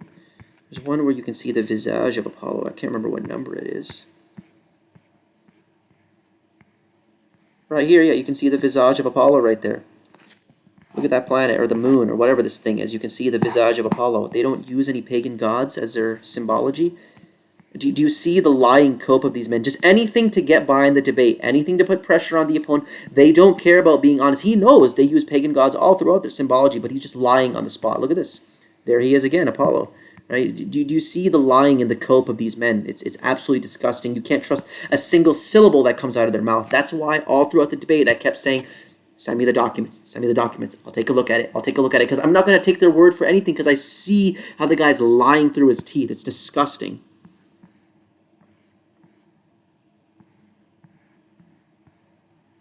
Yeah, and then later on he admits that space has a tradition of naming things after false gods, after he just told me they don't use any false gods as their symbology.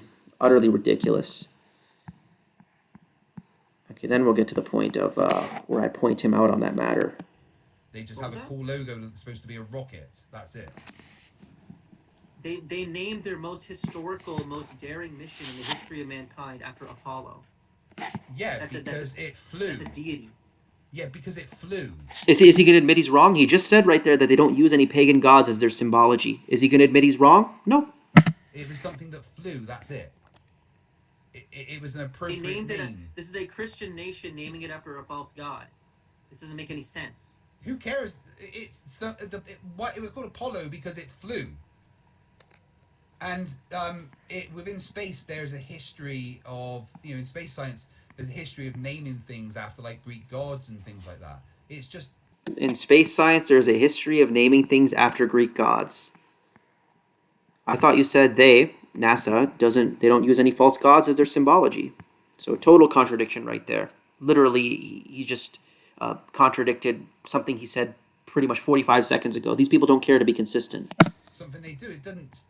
It's not against their religion in any way. They're not worshipping it, right? It's not a false idol. Hold on. Let me finish. Please, let me finish. Please. Look how he's talking down to me like a bitchy teacher. Let me finish, right? They're not worshipping. This is how they feel powerful. They're not worshipping a false idol. They're just going, oh, that's a cool name for something, referencing something in space. That is it. Like, I've dealt with the same mentality all throughout my schooling years, especially with the female teachers. I know this kind of like, this snarky, bossy, attitude-y, got something to prove. I've dealt with this, and where have I dealt with this in life? I've dealt with this with female teachers. He has that similar mentality. Women in the workplace who are competing with other men who have something to prove, and they start like talking down to other people. I've seen this all throughout my life. Nothing in the Bible says they cannot call things names. Nothing in the Bible. In the Bible, it clearly says that you should mention the names of these deities. That's how much. No, it doesn't. It does not say you should not mention them at all. Them. That's a complete lie. Nowhere in the Bible does it say you should not mention these deities. Nowhere in the Bible does it say you should not mention these deities. That's a complete lie. So I am lying. All right. Let me find the verse. Okay. Exodus. No mention of the names of their gods. They make no mention. Where is it? Yeah, and Exodus chapter 23, verse 13. Exodus 23:13, right? So I am lying when I say the Bible says you should not even mention the names of those gods. Exodus 23:13. In all things that I have said unto you, be circumspect, and make no mention of the name of other gods, neither let it be heard out of thy mouth. Okay? I'm going to present that verse to Craig, Fight the Flat Earth. Is he going to admit that he's wrong? Is he going to take the correction? He did accuse me of being a liar after all, didn't he? Is he going to accept the correction? Take a look. Excuse me. Exodus chapter 23, verse 13 is... Yep. And in all things that I have said unto you, be circumspect, and make no mention of the names of their gods. Make no mention of the name. Yeah, they're not allowed to worship them. Neither let... He's deflecting from the issue. You see the dishonesty? Be heard. He's deflecting. Make no mention... Allow me to finish the verse. Make no mention of the name of other gods, and neither let it be heard out of thy mouth. Boom. Is he going to admit that he was wrong? Again, it doesn't matter. Neither let it be heard out of thy mouth. But you can still be...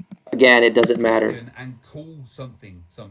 I never said that you can't be a Christian if you call things or you name things after false gods. There was a very specific thing that you accused me of. You said I was lying when I said the Bible doesn't say that, or that the Bible says you should not mention the name of these false gods. You said I was lying for making that claim. I proved my claim to be valid, and then you switch it over to something else, saying that you can still be a Christian. That's not what I was asking. That's not what you accused me of. These men, they will never admit when they're wrong. Their ego, they are puffed up in their own hubris and pride. This is what you get with atheists. This is par for the course, right? Let's go to 322:40. Okay.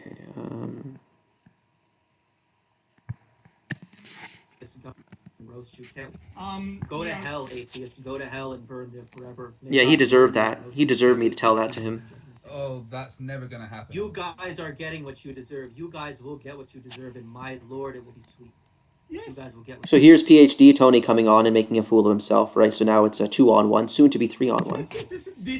You are such a wonderful example of why I left religion.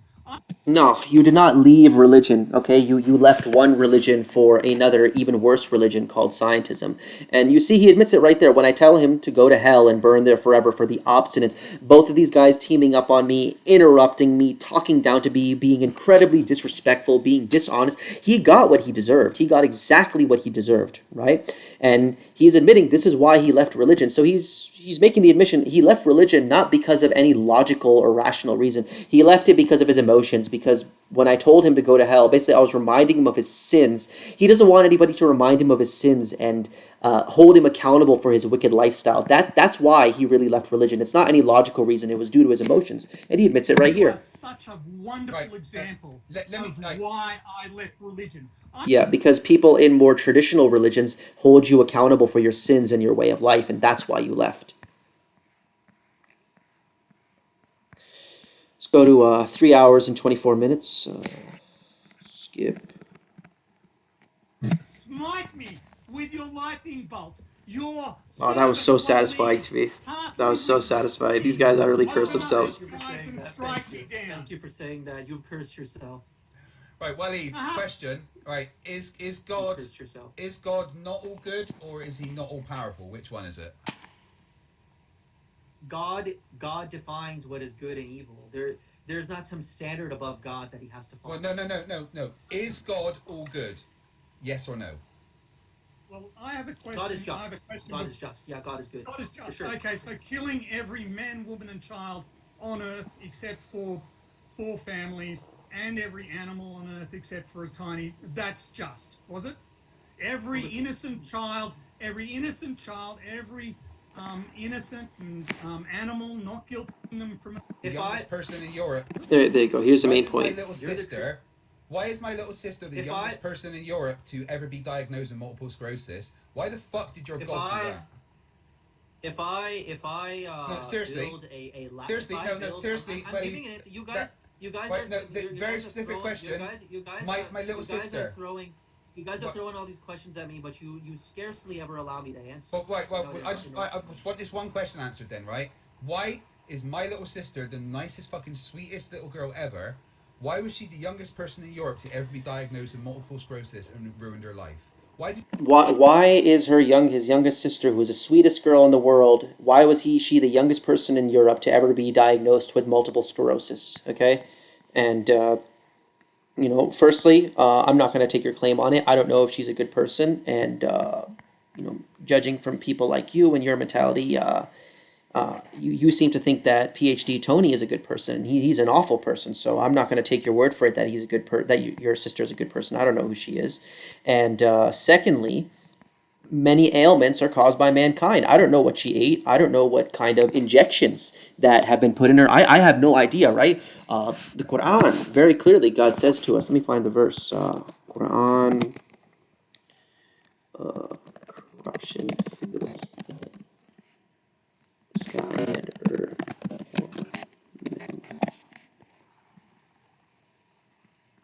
Okay, let's go to the Sam Garen's translation. The Quran deals with this explicitly. These people who want to act like victims, right? They think that the suffering in their life, that they don't deserve it.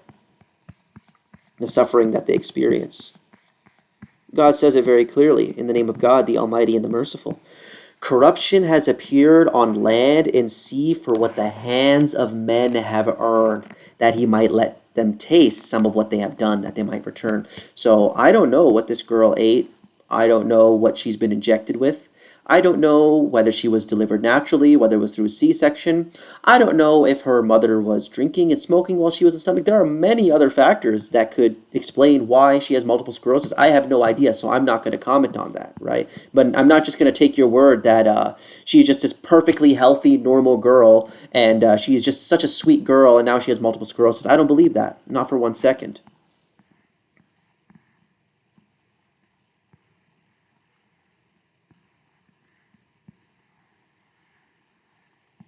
Okay, then we're going to go to the 3 hour, 30-minute mark. They're demanding on his will. He will work according to his will. And I Or trust he the plan doesn't of get, God. you just to get back, you understand that we have measurements of sea level going back more than 5 million years, right? I'm We know. literally you. We have measurements of sea level going back more than 5 million years. Let's take a look at this evolution timeline. Let's just look at their own story and let's see what they have to say about this timeline. Measurements of sea level going back more than 5 million years.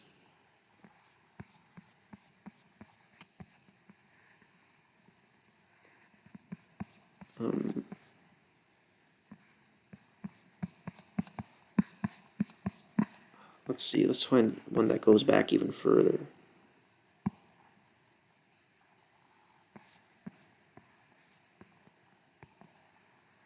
Okay, so about 5, and this is newscientist.com. I'm assuming that this is a credible source, right? About 5.5 million years ago, Ardipithecus, early proto-human, shares trait with chimps and gorilla, is forest dwelling. So while we were forest dwelling and sharing traits with chimps and gorillas and having brains no larger than a chimpanzee, we were taking measurements of sea level. This is the kind of stuff these people have to come up with in order to defend their ideology and their way of life. Basically, their way of life is just, I want no accountability at all. I want to live my life the way I want to and have no moral restraints and no thought of judgment. That's it. So, I mean, just complete ridiculous. Even according to his own theory, that's nonsense. That we have measurements of sea level going back 5 million years. Basically, humans, when we had brains that were similar in size to a chimp, we were taking measurements of sea level. You guys are a bunch of Yeah, misguided atheists. I can't stand this guy. Go to hell. Okay, let's go to 3 hours and 36 minutes.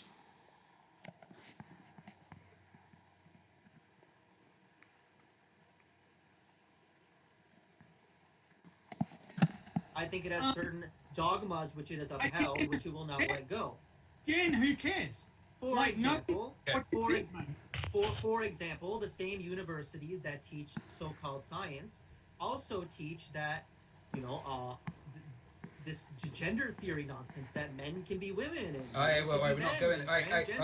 And all this. Let's stop that. Right, Wally. We're not going there. All right, we're not discussing that here. This whole Okay. LBTG Right, stuff. Wally. Okay, we're not going down that road, he says. And again, no, but the Bible does. The Old Testament, because the Old Testament says you can't wear two different fibers. That is punishable by capital. That is punishable by capital punishment. Are you gonna let me finish my statements? Are you gonna let me finish my statements? You asked me a question. The really sad thing here, Wally, is that the person who claims he's an atheist is literally showing more knowledge about the really you are. He is literally. Is he showing more knowledge, or is he cutting me off whenever I'm trying to answer his objection? All right, he is literally quoting chapter and verse where you can't even quote. Okay, let's give Wally the chance to respond. Though he has had a few things said at him, so show me some respect. Anything, okay? And don't go into any talk about transgender LGBT or anything, okay? Because okay, so he doesn't want to go down the road of talking about LTBG, and I brought it up as a valid point, right? You guys want to say you're empiricists, you guys want to say that you build your worldview based on the evidence. Well, what physical evidence is there that there's multiple genders? What physical evidence is there that men can turn into women and women can turn into men? Nothing at all. It's just nothing but metaphysics, and you can read my Flat Earth Manifesto where I talk about it. It's based in nothing but metaphysics, right? And this is a valid contradiction to his worldview. You want to say you believe in physical evidence, well, then you also believe in this LTBG stuff. No physical evidence for that whatsoever. It's all just made up in your head, your gender identity insanity. And when he says he doesn't want to go down that road, let me translate that. Basically, I don't want to discuss the truth. I don't want to discuss the truth because it may adversely affect the donations that I get on my YouTube channel. It may affect my super chats and the status of my YouTube channel, so I want to censor the truth just to keep my money flowing. I don't want truth, I want money. That's really what that translates to. He doesn't want to talk about anything controversial because it'll adversely affect his pocketbook. This guy is not a man, he's not interested in the truth. He's just interested in protecting his ego and protecting his financial books.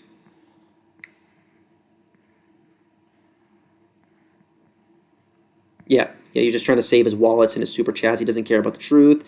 And he says it's about disrespect. Oh, don't disrespect me. Well, you've disrespected me all throughout the debate, but, oh, don't disrespect me and go down that road. It isn't anything about disrespect. It's just about him compromising for money. Let's go to 337. This time we're going to hear that compromised Christian speak.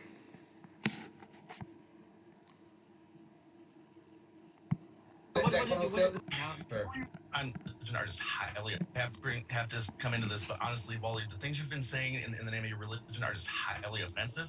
I am a Christian. I am somebody who is very, very much a religious person, and the idea that you're saying that if you believe in science, you're somehow an atheist, you somehow hate God. I never said those words. You can go through and watch the entire debate if you want. I never said that word. I never said that sentence. If you believe in science, you're an atheist and hate God. I never said that once. That is a lie. He is putting it in my mouth. And of course, I didn't get the chance to defend myself because they kept interrupting me, because these people don't know how to engage in a civil conversation and debate, right? And I'm not going to do that because I'm not a scumbag like that. But I could even show you before the debate where Fight the Flat Earth, he admits to me he likes to keep things very civil. He wants to keep them civil. This was not civil at all, right? But he told me in the beginning that he wants to keep things civil. And we see just how civil somebody who hates God really is. So that's a lie. I never said that if you believe in science, you're an atheist and hate God. All these men can do is lie. And look at the compromise of this Christian. It really says something about your Christianity and your supposed belief in God if you're a Christian, you're teaming up with two atheists against a Muslim who believes in God. You, as a Christian, are teaming up with two people who hate and deny and have cursed your God and are attacking me. You're teaming up with two atheists. It says a lot about your Christianity, how faithful and religious to the Bible you really are. Another point is 341:29.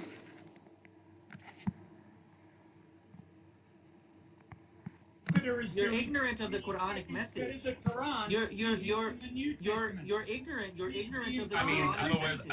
I'm aware that the Quran says women are less valuable than a donkey. So the Quran says women are less valuable than a donkey. The Quran says that women are less valuable than a donkey. That is just, again, another baseless lie. You can look all throughout the Quran, up, down, left, right, sideways. You're not going to find a single statement like that whatsoever. In fact, there are statements all over the Quran which protect women in their rights. Of course, it puts them in their proper place as a helper to the man, but it gives them dignity and respect, which they actually didn't have in the traditional Arabian society that Muhammad grew up in. So the Quran actually uplifts the status of women. It does not say that they're less valuable than a donkey. Just another lie, and that's all these people have. All they can do is lie. Let's go to 342:05. Multiple contradictory statements about how to treat other religions, doesn't he? No, there's no contradiction in the Quran. It's yes, there is. There's the. I mean, it was literally written by an illiterate tribesman. Let's hear that statement again. I don't know if you guys caught it, but let's just take a look. Yes, there is. There's the. I mean, it was literally written by an illiterate tribesman. The Quran was written by an illiterate tribesman. The Quran was written by an illiterate tribesman. Written by an illiterate person. Do these people even realize what they're saying? They're just throwing crap. Whatever sticks, they're going to go with it. These people have no idea what they're talking about. Okay? Written by an illiterate tribesman. This is the best these men have got. Let's go to 344:24.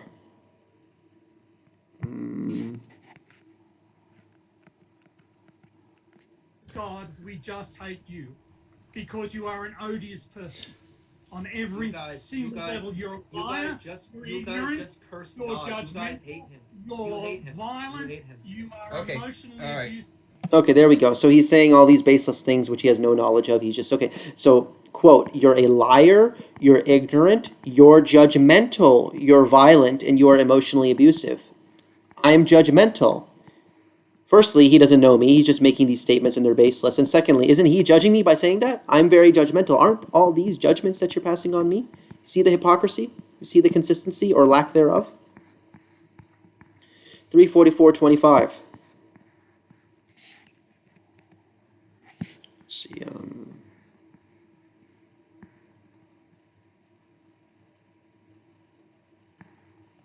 Person. On every single level, you're a You liar. guys just You're you guys ignorant. just cursed. wait, where's that timestamp? It's You're God. You guys judgmental. hate him. You're You hate him. violent. You hate him. You are Okay, emotionally all right. abusive.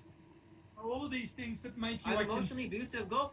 My wife is very happy. She loves me so much. I have ultra respect. It was literally written by an illiterate. Read. You should- Excuse me. During the time of the revelation, Muhammad could read. wasn't reading. God It revealed wasn't. it to him. Yes, through the. It says, remember, I'm not ill in. But the whole point is you are. Anyway, the, No, I believe. the whole point. Don't want to be confused. You know what? I am You know what the still Quran speaking. claims? Is lock it up. Impatience is Okay, a wickedness all right. that is bound up in the heart of an atheist. Okay, this is. I'm not an atheist, buddy. Okay, Who right. claims to Yeah, you might as well I'm be. not talking about- Might as well be an no, atheist. You're just recognize it.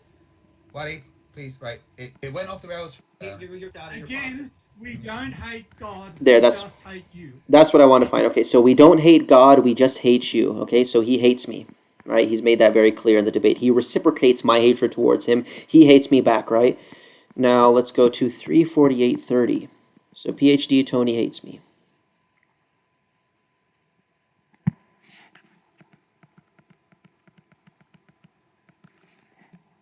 Been something in my life, and yeah, I've read the Bible, but I couldn't really talk about it. I don't know much about it, the passages, and the Quran I'm completely ignorant to. I'm a little surprised to learn that the Quran teaches that you don't love people.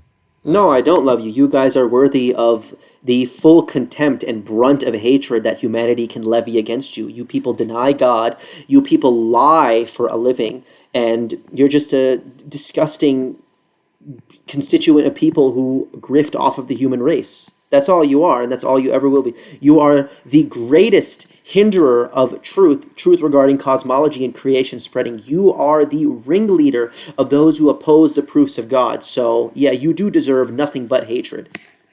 And he can't believe that the Quran teaches that we should hate people, or that certain people are worthy of hatred. And for those of you who don't believe me, let's pull up a verse in the Quran where it's between me and thee is enmity and hatred without end. Let's find a Quran verse.